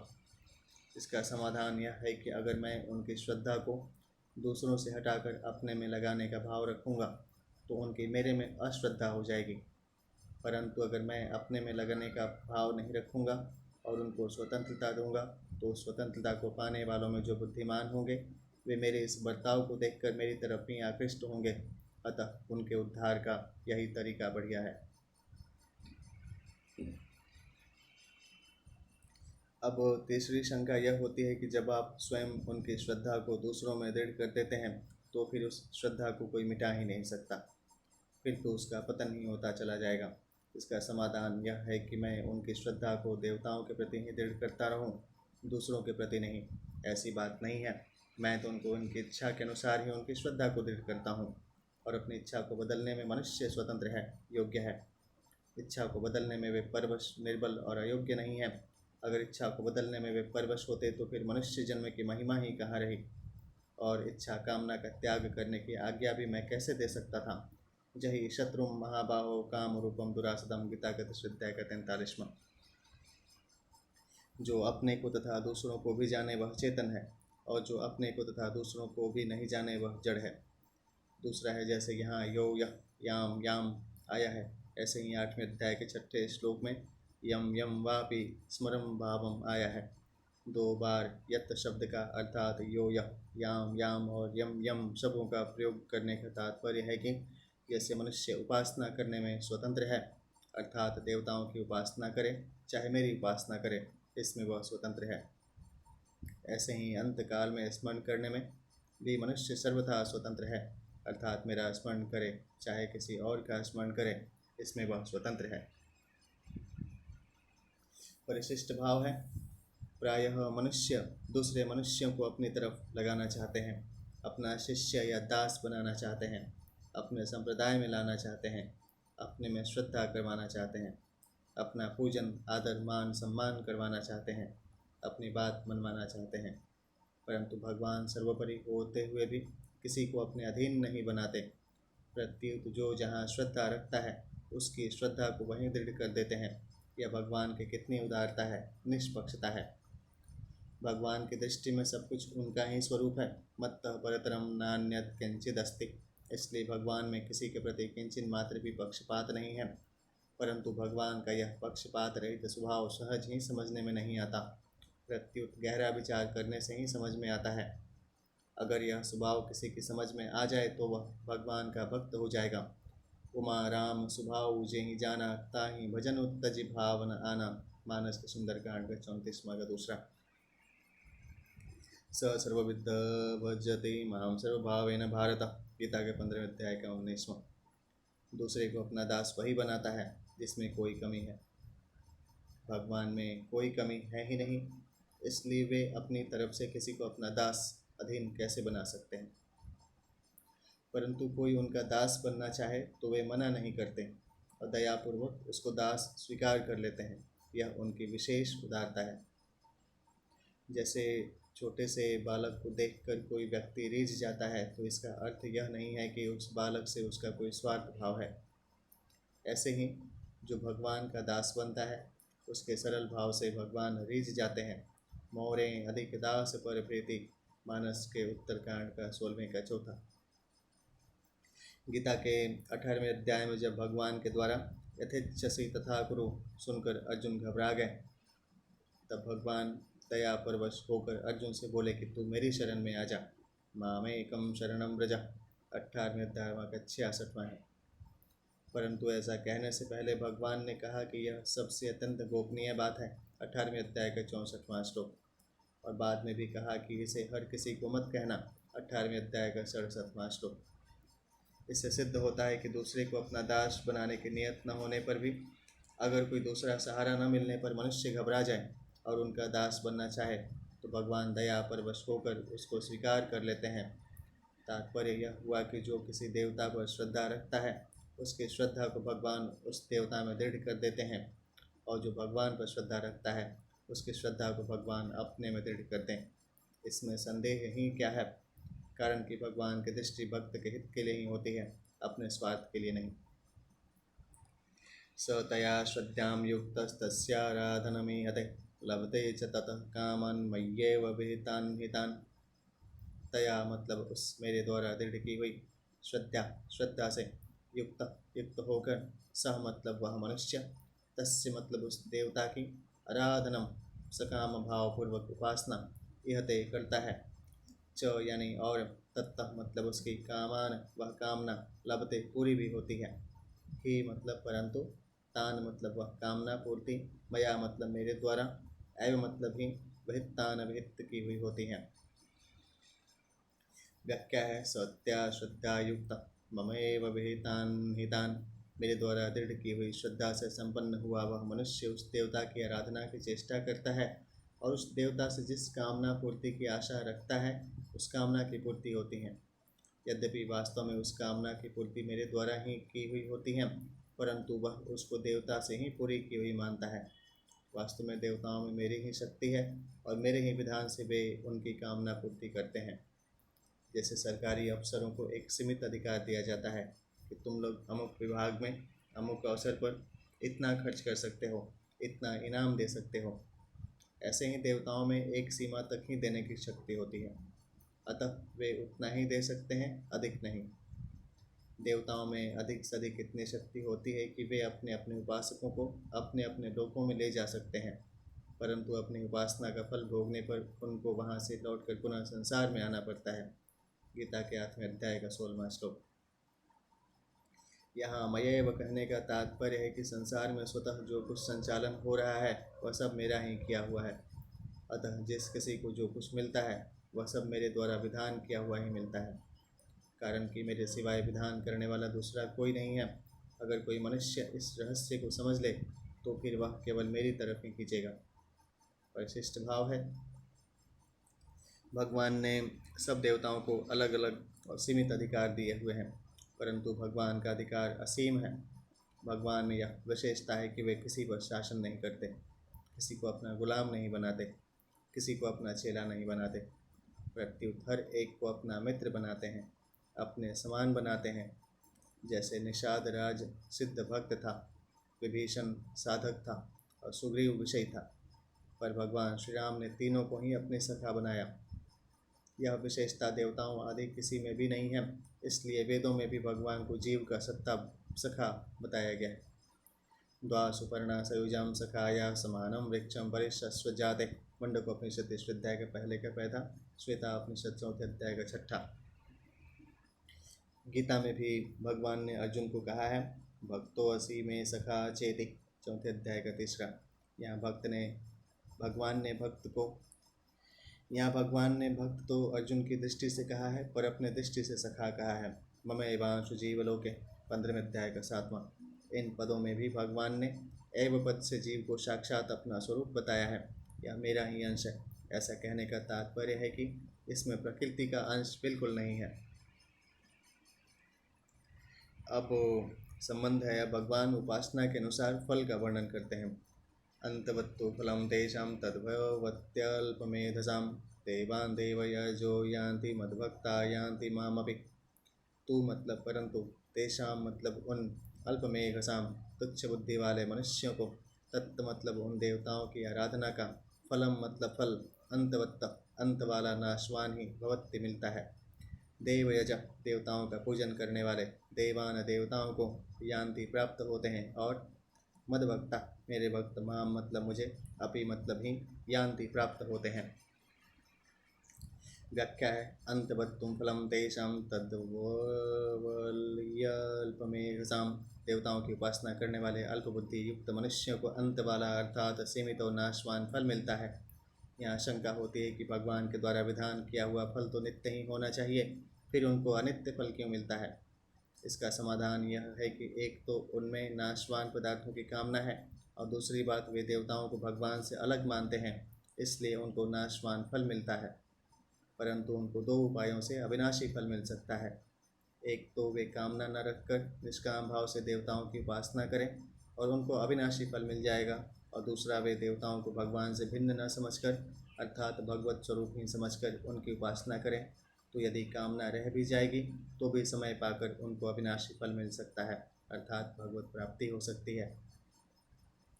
अर्जुन की दृष्टि से इसलिए भक्त कहा कि अर्जुन ने भगवान की शरणागति स्वीकार की थी। साधे मां त्वं प्रपन्नम, गीता के दूसरे अध्याय का 7वां। यहाँ तत्व कहने का तात्पर्य है कि फल तो मेरा विधान किया हुआ ही मिलता है, पर कामना होने से वह नाशवान हो जाता है। यहाँ अल्पमेघसाम कहने का तात्पर्य है कि उनको नियम तो अधिक धारण करने पड़ते हैं तथा विधियाँ भी अधिक करनी पड़ती हैं, पर फल मिलता है सीमित और अंत वाला। परंतु मेरी आराधना करने में इतने नियमों की जरूरत नहीं है तथा उतनी विधियों की भी आवश्यकता नहीं है, पर फल मिलता है असीम और अनंत। इस तरह देवताओं की उपासना में नियम हो अधिक, फल हो थोड़ा, और हो जाए जन्म मरण रूप बंधन, और मेरी आराधना में नियम हो कम, फल हो अधिक और हो जाए कल्याण। ऐसा होने पर भी वे उन देवताओं की उपासना में लगते हैं और मेरी उपासना में नहीं लगते, इसलिए उनकी बुद्धि अल्प है, तुच्छ है। देवान देवयजो यान्ति मद्भक्ता यान्ति मामपि। देवताओं का पूजन करने वाले देवताओं को प्राप्त होते हैं और मेरा पूजन करने वाले मेरे को ही प्राप्त होते हैं। यहाँ अपि पद से यह सिद्ध होता है कि मेरी उपासना करने वालों की कामना पूर्ति भी हो सकती है और मेरी प्राप्ति तो हो ही जाती है, अर्थात मेरे भक्त सकाम हो या निष्काम, वे सब के सब मेरे को ही प्राप्त होते हैं। परंतु भगवान की उपासना करने वालों की सभी कामनाएं पूरी हो जाएं, यह नियम नहीं है।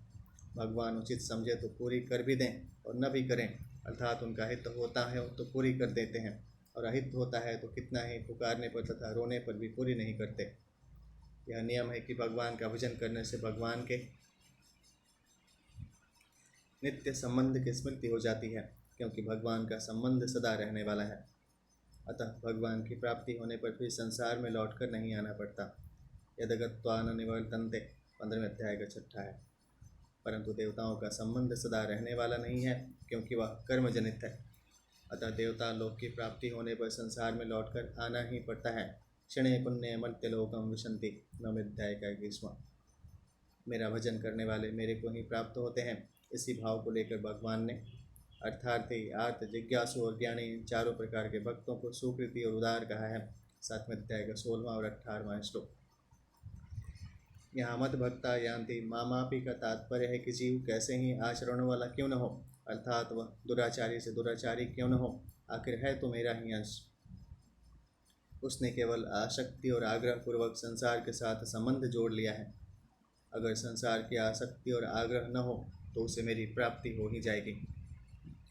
विशेष बात है सब कुछ भगवत स्वरूप ही है और भगवान का विधान भी भगवत स्वरूप है। ऐसा होते हुए भी भगवान से भिन्न संसार की सत्ता मानना और अपनी कामना रखना, ये दोनों ही पतन के कारण है। इनमें से यदि कामना का सर्वथा नाश हो जाए तो संसार भगवत स्वरूप दिखने लग जाएगा, और यदि संसार भगवत स्वरूप दिखने लग जाए तो कामना मिट जाएगी, फिर मात्र क्रियाओं के द्वारा भगवान की सेवा होने लग जाएंगी।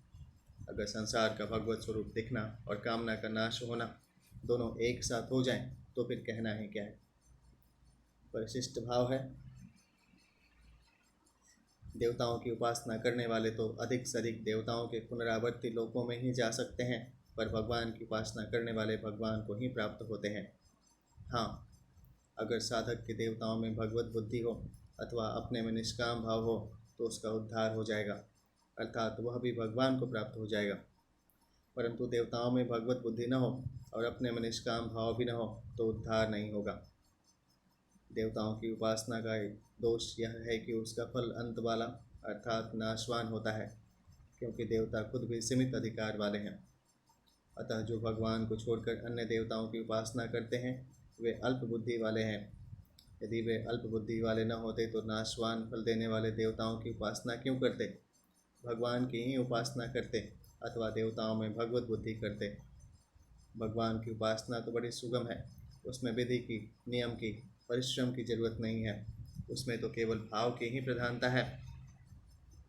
परंतु देवताओं की उपासना में क्रिया, विधि और पदार्थ की प्रधानता है।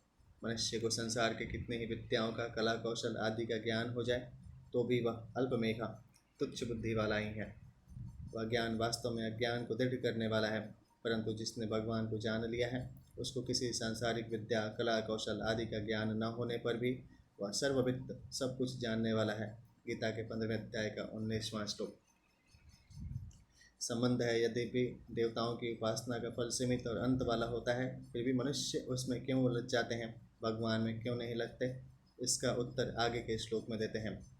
अव्यक्तं व्यक्तिमापन्नं मन्यन्ते माम बुद्ध्या परम भावम जानन्तो ममाव्ययमनुत्तमम्। अबुद्ध्य मतलब बुद्धिहीन मनुष्य, मम मतलब मेरे, परम मतलब परम, अव्ययम अविनाशी और अनुत्तमम सर्वश्रेष्ठ भावम भाव को अजानंत न जानते हुए, अव्यक्तम अव्यक्त मन इंद्रियों से पर, माम मतलब मुझ सच्चिदानंद घन परमात्मा को, व्यक्तिम मनुष्य की तरह शरीर, आपन्नम धारण करने वाला, मन्यन्ते मानते हैं। व्याख्या है, अव्यक्तम व्यक्तिमापन्नम ममाव्यमनुत्तमम, जो मनुष्य निर्बुद्धि हैं और जिनकी मेरे में श्रद्धा भक्ति नहीं है, वे अल्पमेघा के कारण अर्थात समझ की कमी के कारण मेरे को साधारण मनुष्य की तरह अव्यक्त से व्यक्त होने वाला अर्थात जन्मने मरने वाला मानते हैं। मेरा जो अविनाशी अव्यय भाव है अर्थात जिससे बढ़कर दूसरा कोई हो ही नहीं सकता, और जो देश काल वस्तु व्यक्ति आदि में परिपूर्ण रहता हुआ इन सब से अतीत सदा एक रूप रहने वाला निर्मल और असंबद्ध है, ऐसे मेरे अविनाशी भाव को वे नहीं जानते और मेरा अवतार लेने का जो तत्व है उसको नहीं जानते। इसलिए वे मेरे को साधारण मनुष्य मानकर मेरी उपासना नहीं करते, प्रत्युत देवताओं की उपासना करते हैं। अबुद्ध्या पद का यह अर्थ नहीं है कि उनमें बुद्धि का अभाव है, प्रत्युत बुद्धि में विवेक रहते हुए भी अर्थात संसार को उत्पत्ति विनाशशील जानते हुए भी इसे मानते नहीं, यही उनमें बुद्धि रहित अपना है, मूढ़ता है। दूसरा भाव यह है कि कामना को कोई रख नहीं सकता, कामना रह नहीं सकती, क्योंकि कामना पहले नहीं थी और कामना पूर्ति के बाद भी कामना नहीं रहेगी। वास्तव में कामना की सत्ता ही नहीं है, फिर भी उसका त्याग नहीं कर सकते, यही अबुद्धिपना है। मेरे स्वरूप को न जानने से वे अन्य देवताओं की उपासना में लग गए और उत्पत्ति विनाशशील पदार्थों की कामना में लग जाने से वे बुद्धिहीन मनुष्य मेरे से विमुख हो गए। यद्यपि वे मेरे से अलग नहीं हो सकते तथा मैं भी उनसे अलग नहीं हो सकता, तथापि कामना के कारण ज्ञान ढक जाने से वे देवताओं की तरफ खिंच जाते हैं। अगर वे मेरे को जान जाते तो फिर केवल मेरा ही भजन करते। बुद्धिमान मनुष्य वे होते हैं जो भगवान के शरण होते हैं, वे भगवान को ही सर्वोपरि मानते हैं। अल्पमेघा वाले मनुष्य वे होते हैं जो देवताओं की शरण होते हैं, वे देवताओं को अपने से बड़ा मानते हैं, जिससे उनमें थोड़ी नम्रता सरलता रहती है। अल्प बुद्धि वाले मनुष्य वे होते हैं जो भगवान को देवता जैसा भी नहीं मानते, किंतु साधारण मनुष्य जैसा ही मानते हैं। वे अपने को ही सर्वोपरि सबसे बड़ा मानते हैं। गीता के 16वें अध्याय का 14वां 15वां श्लोक है। यही तीनों में अंतर है। परम भावम जानंता का तात्पर्य है कि मैं अज रहता हुआ, अविनाशी होता हुआ और लोकों का ईश्वर होता हुआ ही अपनी प्रकृति को वश में करके योग माया से प्रकट होता हूँ। इस मेरे परम भाव को बुद्धिहीन मनुष्य नहीं जानते। अनुत्तमम कहने का तात्पर्य है कि 15वें अध्याय में जिसको अक्षर से अतीत और अक्षर से उत्तम बताया है, अर्थात जिससे उत्तम दूसरा कोई है ही नहीं, ऐसे मेरे अनुत्तम भाव को वे नहीं जानते। विशेष बात है, इस 24वें श्लोक का अर्थ कोई ऐसा करते हैं कि ये अव्यक्तम माम व्यक्तिमापन्नम मन्यन्ते ते अबुद्ध्या, अर्थात जो सदा निराकार रहने वाले मेरे को केवल साकार मानते हैं वे निर्बुद्धि हैं, क्योंकि वे मेरे अव्यक्त निर्विकार और निराकार स्वरूप को नहीं जानते। दूसरे कोई ऐसा अर्थ करते हैं कि ये व्यक्तिमापन्नम माम अव्यक्तम मन्यन्ते ते अबुद्ध्या, अर्थात मैं अवतार लेकर तेरा सारथी बना हुआ हूँ, ऐसे मेरे को केवल निराकार मानते हैं वे निर्बुद्धि हैं, क्योंकि वे मेरे सर्वश्रेष्ठ अविनाशी भाव को नहीं जानते। उपयुक्त दोनों अर्थों में से कोई भी अर्थ ठीक नहीं है, कारण कि ऐसा अर्थ मानने पर केवल निराकार को मानने वाले साकार रूप की और साकार रूप के उपासकों की निंदा करेंगे, और केवल साकार मानने वाले निराकार रूप की और निराकार रूप के उपासकों की निंदा करेंगे। यह सब एक देशीयपना ही है। पृथ्वी, जल, तेज आदि जो महाभूत हैं, जो कि विनाशी और विकारी हैं, वे भी दो तरह के होते हैं, स्थूल और सूक्ष्म। जैसे स्थूल रूप से पृथ्वी साकार है और परमाणु रूप से निराकार है। जल, बर्फ, बूंदें, बादल और भाव रूप से साकार है और परमाणु रूप से निराकार है। तेज, अग्नि तत्व, काठ और दिया सलाई में रहता हुआ निराकार है और प्रज्वलित होने से साकार है, इत्यादि। इस तरह से भौतिक सृष्टि के भी दोनों रूप होते हैं और दोनों होते हुए भी वास्तव में वह दो नहीं होते। साकार होने पर निराकार में कोई बाधा नहीं लगती और निराकार होने पर साकार में कोई बाधा नहीं लगती। फिर परमात्मा के साकार और निराकार दोनों होने में क्या बाधा है? अर्थात कोई बाधा नहीं है। वे साकार भी हैं और निराकार भी हैं, सगुण भी हैं और निर्गुण भी हैं। गीता साकार, निराकार, सगुण, निर्गुण दोनों को मानती हैं। 9वें अध्याय के 4थे श्लोक में भगवान ने अपने को अव्यक्त मूर्ति कहा है। 4थे अध्याय के 6ठे श्लोक में भगवान ने कहा है कि मैं अज होता हुआ भी प्रकट होता हूँ, अविनाशी होता हुआ भी अंतर्ध्यान हो जाता हूँ और सबका ईश्वर होता हुआ भी आज्ञा पालक, पुत्र और शिष्य बन जाता हूँ। अतः निराकार होते हुए भी साकार होने में और साकार होते हुए निराकार होने में भगवान को किंचित मात्र भी अंतर नहीं आता।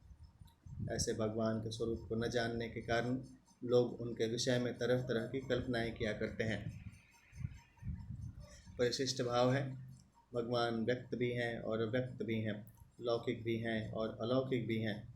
वासुदेव सर्वम गीता के 7वें अध्याय का 19वां, सदा सच हम अर्जुना गीता के 9वें अध्याय का 19वां। परंतु बुद्धिहीन मनुष्य भगवान को उन प्राणियों की तरफ अव्यक्त से व्यक्त होने वाला अर्थात लौकिक जन्मने मरने वाला मानते हैं, जिनके लिए भगवान ने कहा है अव्यक्तादिनी भूतानि व्यक्तमध्यानि भारत अव्यक्त निधनान्येव तत्र का परिदेवन। गीता के 2 अध्याय का 28वां।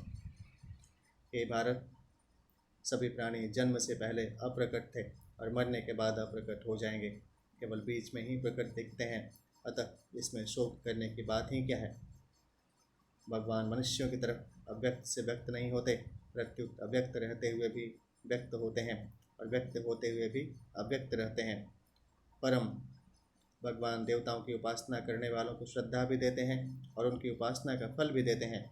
यह भगवान का परम अर्थात पक्षपात रहित भाव है।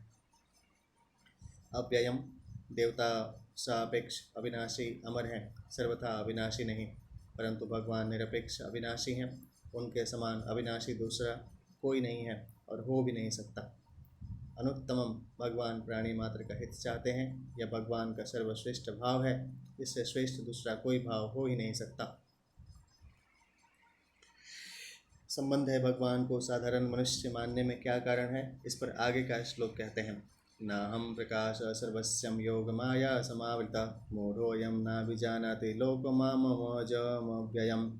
अयम मतलब यह जो, मूढ़ मतलब मूढ़, लोक मतलब मनुष्य समुदाय, माम मतलब मुझे, अजम मतलब अज और अव्ययम अविनाशी, न अभी ठीक से, जानाति नहीं जानता मानता, सर्वस्य उन सब के सामने, योग माया समावृत्ता योग माया से अच्छी तरह ढका हुआ, अहम मतलब मैं, प्रकाश प्रकट न मतलब नहीं होता। व्याख्या है, मूढ़ो अयम न विजानाति लोको मामजम अव्ययम। मैं अज और अविनाशी हूँ, अर्थात जन्म मरण से रहित हूँ। ऐसा होने पर भी मैं प्रकट और अंतर्ध्यान होने की लीला करता हूँ, अर्थात जब मैं अवतार लेता हूँ तब अजन्मा रहता हुआ ही अवतार लेता हूँ और अव्ययात्मा रहता हुआ ही अंतर्ध्यान हो जाता हूँ। जैसे सूर्य भगवान उदय होते हैं तो हमारे सामने आ जाते हैं और अस्त होते हैं तो हमारे नेत्रों से ओझल हो जाते हैं, छिप जाते हैं। ऐसे ही मैं केवल प्रकट और अंतर्ध्यान होने की लीला करता हूँ। जो मेरे को इस प्रकार जन्म मरण से रहित मानते हैं वे तो असम्मूढ़ हैं। गीता के 10वें अध्याय का 3रा और 15वें अध्याय का 19वां श्लोक। परंतु जो मेरे को साधारण प्राणियों की तरफ जन्मने मरने वाला मानते हैं वे मूढ़ हैं। गीता के 9वें अध्याय का 11वां श्लोक। भगवान को अज अविनाशी न मानने में कारण है कि इस मनुष्य का भगवान के साथ जो स्वतः अपनापन है उसको भूलकर इसने शरीर को अपना मान लिया कि यह शरीर ही मैं हूँ और यह शरीर मेरा है। इसलिए उसके सामने पर्दा आ गया, जिससे वह भगवान को भी अपने समान ही जन्मने मरने वाला मानने लगा। मूढ़ मनुष्य मेरे को अज और अविनाशी नहीं जानते। उनके न जानने में दो कारण हैं। एक तो मेरा योग माया से छिपा रहना और एक उनकी मूढ़ता। जैसे किसी शहर में किसी का एक घर है और वह अपने घर में बंद है, तथा शहर के सब घर शहर की चाहर दीवारी परकोटे में बंद है। अगर वह मनुष्य बाहर निकलना चाहे तो अपने घर से निकल सकता है, और शहर की चाहर दीवारी से निकलना उसके हाथ की बात नहीं है। हाँ, यदि उस शहर का राजा चाहे तो वह चार दीवारी का दरवाज़ा भी खोल सकता है और उसके घर का दरवाज़ा भी खोल सकता है। अगर वह मनुष्य अपने घर का दरवाज़ा नहीं खोल सकता तो राजा उस दरवाजे को तोड़ भी सकता है। ऐसे ही यह प्राणी अपनी मूढ़ता को दूर करके अपने नित्य स्वरूप को जान सकता है, परंतु सर्वथा भगवत तत्व का बोध तो भगवान की कृपा से ही हो सकता है। भगवान जिसको जनाना चाहें वही उनको जान सकता है। सोई जानई यही देव जनाई, मानस के दूसरे अध्याय का 127वां का दूसरा है। अगर मनुष्य सर्वथा भगवान के शरण हो जाए तो भगवान उसके अज्ञान को भी दूर कर देते हैं और अपनी माया को भी दूर कर देते हैं। ना हम प्रकाश सर्वस्वम योग माया समावृता, उन सब के सामने अर्थात उस मूढ़ समुदाय के सामने मैं भगवत रूप से प्रकट नहीं होता, कारण कि वे मेरे को अज अविनाशी भगवत रूप से जानना अथवा मानना ही नहीं चाहते। प्रत्युत वे मेरे को साधारण मनुष्य मानकर मेरी अवहेलना करते हैं। अतः उनके सामने मैं अपने भगवत स्वरूप से कैसे प्रकट होऊंगा। तात्पर्य है कि जो मेरे को अज अविनाशी नहीं मानते, प्रत्युत मेरे को जन्मने मरने वाला मानते हैं, उनके सामने मैं अपनी योग माया में छिपा रहता हूँ और सामान्य मनुष्य जैसा ही रहता है। परंतु जो मेरे को अज अविनाशी और संपूर्ण प्राणियों का ईश्वर मानते हैं, मेरे में श्रद्धा विश्वास रखते हैं, उनके भावों के अनुसार मैं उनके सामने प्रकट रहता हूँ। भगवान की योग माया विचित्र विलक्षण अलौकिक है। मनुष्यों का भगवान के प्रति जैसा भाव होता है उसके अनुसार ही वे योग माया समावृत भगवान को देखते हैं। मल्लानाम शनिर्नृणाम नरवरस्त्रीणाम स्मरो मूर्तिमाणम गोपानां स्वजनो सत्तां क्षितिभुजां शास्तां स्वपित्रो शिशो मृत्युर्भोजपतेर्विराड विदोषां तत्त्वं परम योगिनां विषण्णीणां परदेवैत्येति विदितो रंगम गतः साग्रजः। श्रीमद्भगवद गीता 10वें अध्याय का 43वां का 17वां है। यहाँ भगवान ने कहा है कि जो मेरे को अज अविनाशी नहीं जानते वे मूढ़ हैं, और 10वें अध्याय के दूसरे श्लोक में कहा है कि देवता और महर्षि मेरे प्रभाव को नहीं जानते। इस पर शंका होती है कि भगवान को अज अविनाशी नहीं जानना और उनके प्रभाव को नहीं जानना, ये दोनों बातें तो एक ही हो गई, परंतु यहाँ न जानने वालों को मूढ़ बताया है और वहाँ उनको मूढ़ नहीं बताया है। ऐसा क्यों? इसका समाधान है कि भगवान के प्रभाव को अर्थात प्रकट होने को न जानना दोषी नहीं है, क्योंकि वहाँ भगवान ने स्वयं कहा है मैं सब तरह से देवताओं और महर्षियों का आदि हूँ। जैसे बालक अपने पिता के जन्म को कैसे देख सकता है, क्योंकि वह उस समय पैदा ही नहीं हुआ था, वह तो पिता से पैदा हुआ है, अतः उसका पिता के जन्म को न जानना दोषी नहीं है। ऐसे ही भगवान के प्रकट होने के हेतुओं को पूरा न जानना देवताओं और महर्षियों के लिए कोई दोषी नहीं है। भगवान के प्रकट होने को कोई सर्वथा जान ही नहीं सकता, इसलिए वहाँ देवताओं और महर्षियों को मूढ़ नहीं बताया है। मनुष्य भगवान को अज अविनाशी जान सकते हैं अर्थात मान सकते हैं। अगर वे भगवान को अज अविनाशी नहीं मानते तो यह उनका दोष है, इसलिए उनको यहाँ मूढ़ कहा है। ध्यान सुन विष्णु भगवान की जय। परिशिष्ट भाव है, जो बुद्धिहीन मनुष्य भगवान को नहीं मानते, भगवान अवतार काल में सबके सामने प्रकट होते हुए भी उनके सामने प्रकट नहीं होते। ये यथा माम प्रपद्यन्ते तांस्तथैव भजाम्यहम्, गीता के 4थे अध्याय का 11वां। वास्तव में भगवान न प्रकट रहना चाहते नहीं, पर जो उनको नहीं मानते उनके सामने वे कैसे प्रकट हों। अवतार काल में भगवान लौकिक रूप में दिखने पर भी वास्तव में सदा अलौकिक ही रहते हैं, परंतु राग द्वेष के कारण अज्ञानी मनुष्यों को भगवान लौकिक दिखते हैं, अर्थात भगवान रूप से न दिखकर मनुष्य रूप से ही दिखते हैं। संबंध है, जो भगवान को अज अविनाशी नहीं मानते उनके ही सामने माया का पर्दा रहता है, पर भगवान के सामने वह पर्दा नहीं रहता। इसका वर्णन आगे के श्लोक में करते हैं। वेदाहं सममेते तानि वर्तमानानि चार्जुनं भविष्याणि च भूतानि मां तु वेद न कश्चनम्। अर्जुन मतलब हे अर्जुन, भूतानि जो प्राणी समतीतानि भूतकाल में हो चुके हैं, च मतलब तथा वर्तमानानि जो वर्तमान में हैं, च और भविष्याणि जो भविष्य में होंगे, उन सब प्राणियों को तो अहम मतलब मैं वेद मतलब जानता हूँ, तो मतलब परंतु, माम मतलब मुझे, कश्चन भक्त के सिवाय कोई भी न मतलब नहीं वेद जानता। व्याख्या है वेदा हम समतीतानि माम तुम वेद न कश्चन।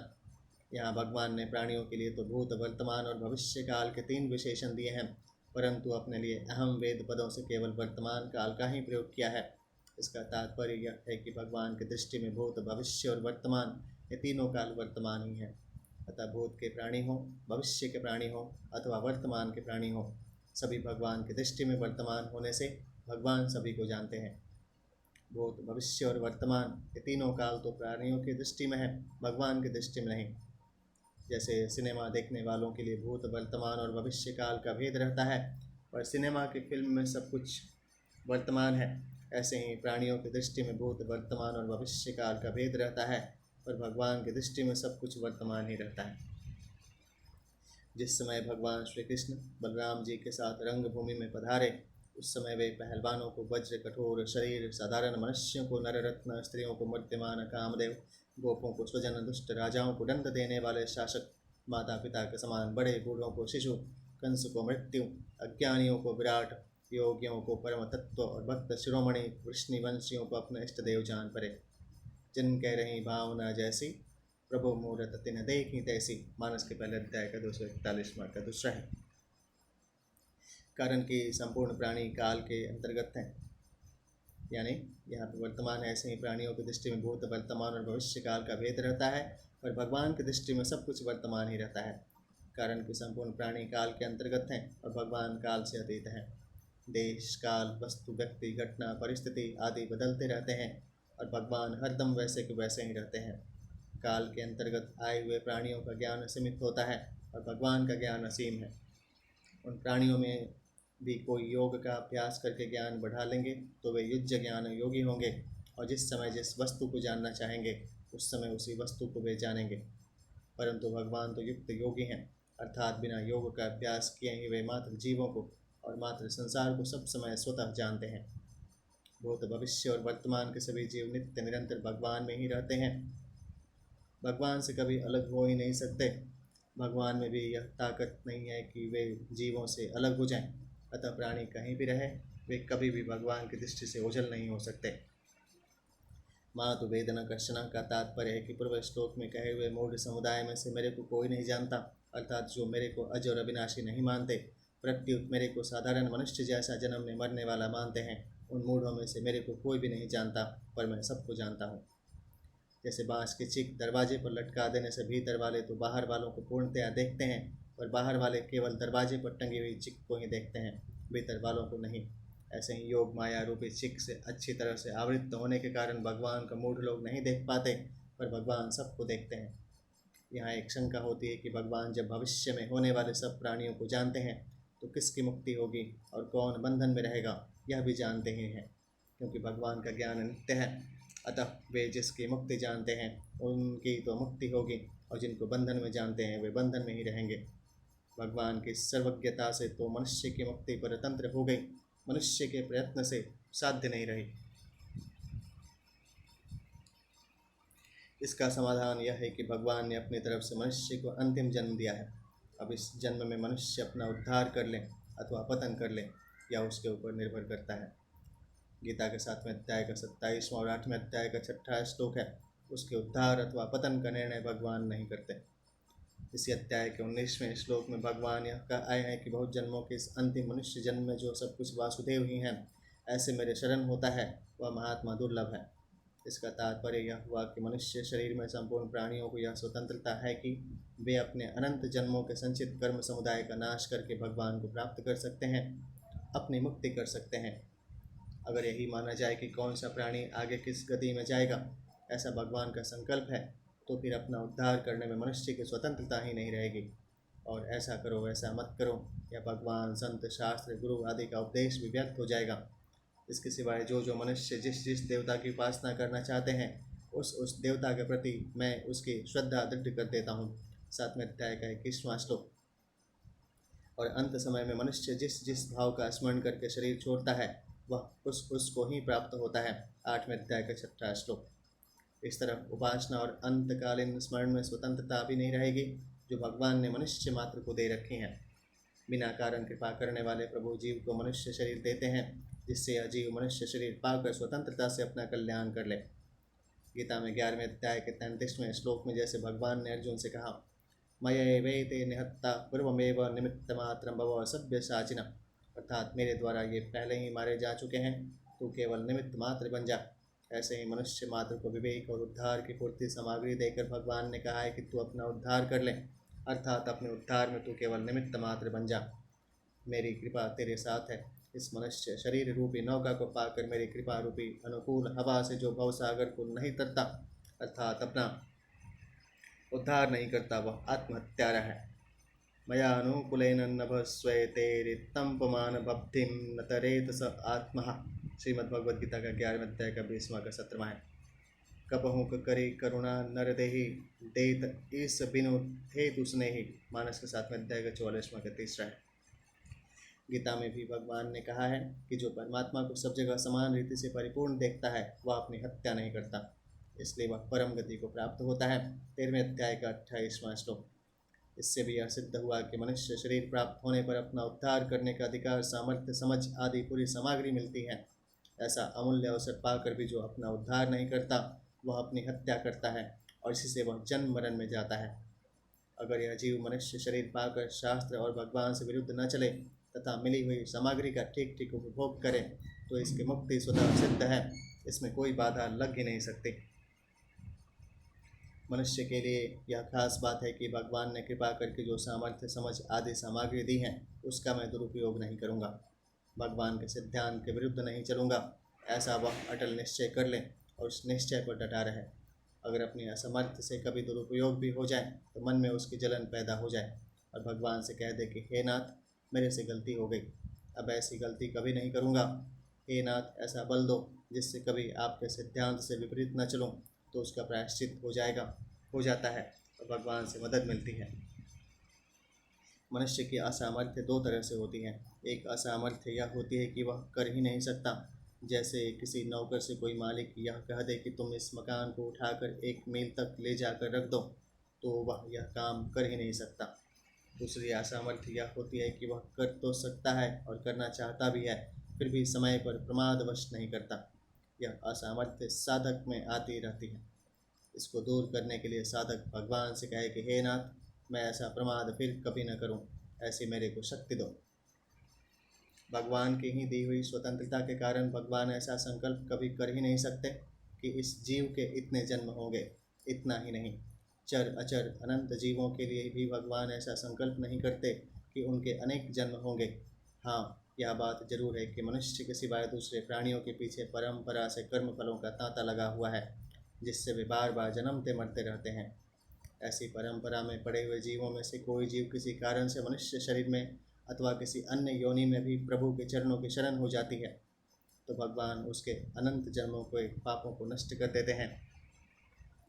कोटि विप्र बदला गहीं जाओ, आए शरण तजऊ नहीं ताओ, सन्मुख है ये जीव मोहि जबहि, जन्म कोटि अदन्ना सही तबहि। मानस के 5वें अध्याय का 44 का पहला है। परिशिष्ट भाव यहाँ शंका हो सकती है कि जब भगवान सब जीवों को जानते ही हैं तो फिर जिसको बद्ध जानते हैं वह बद्ध ही रहेगा और जिसको मुक्त जानते हैं वही मुक्त होगा, क्योंकि भगवान का ज्ञान अनित्य है। यह शंका वस्तुतः संसार की सत्ता और महत्ता को लेकर हमारी दृष्टि में है।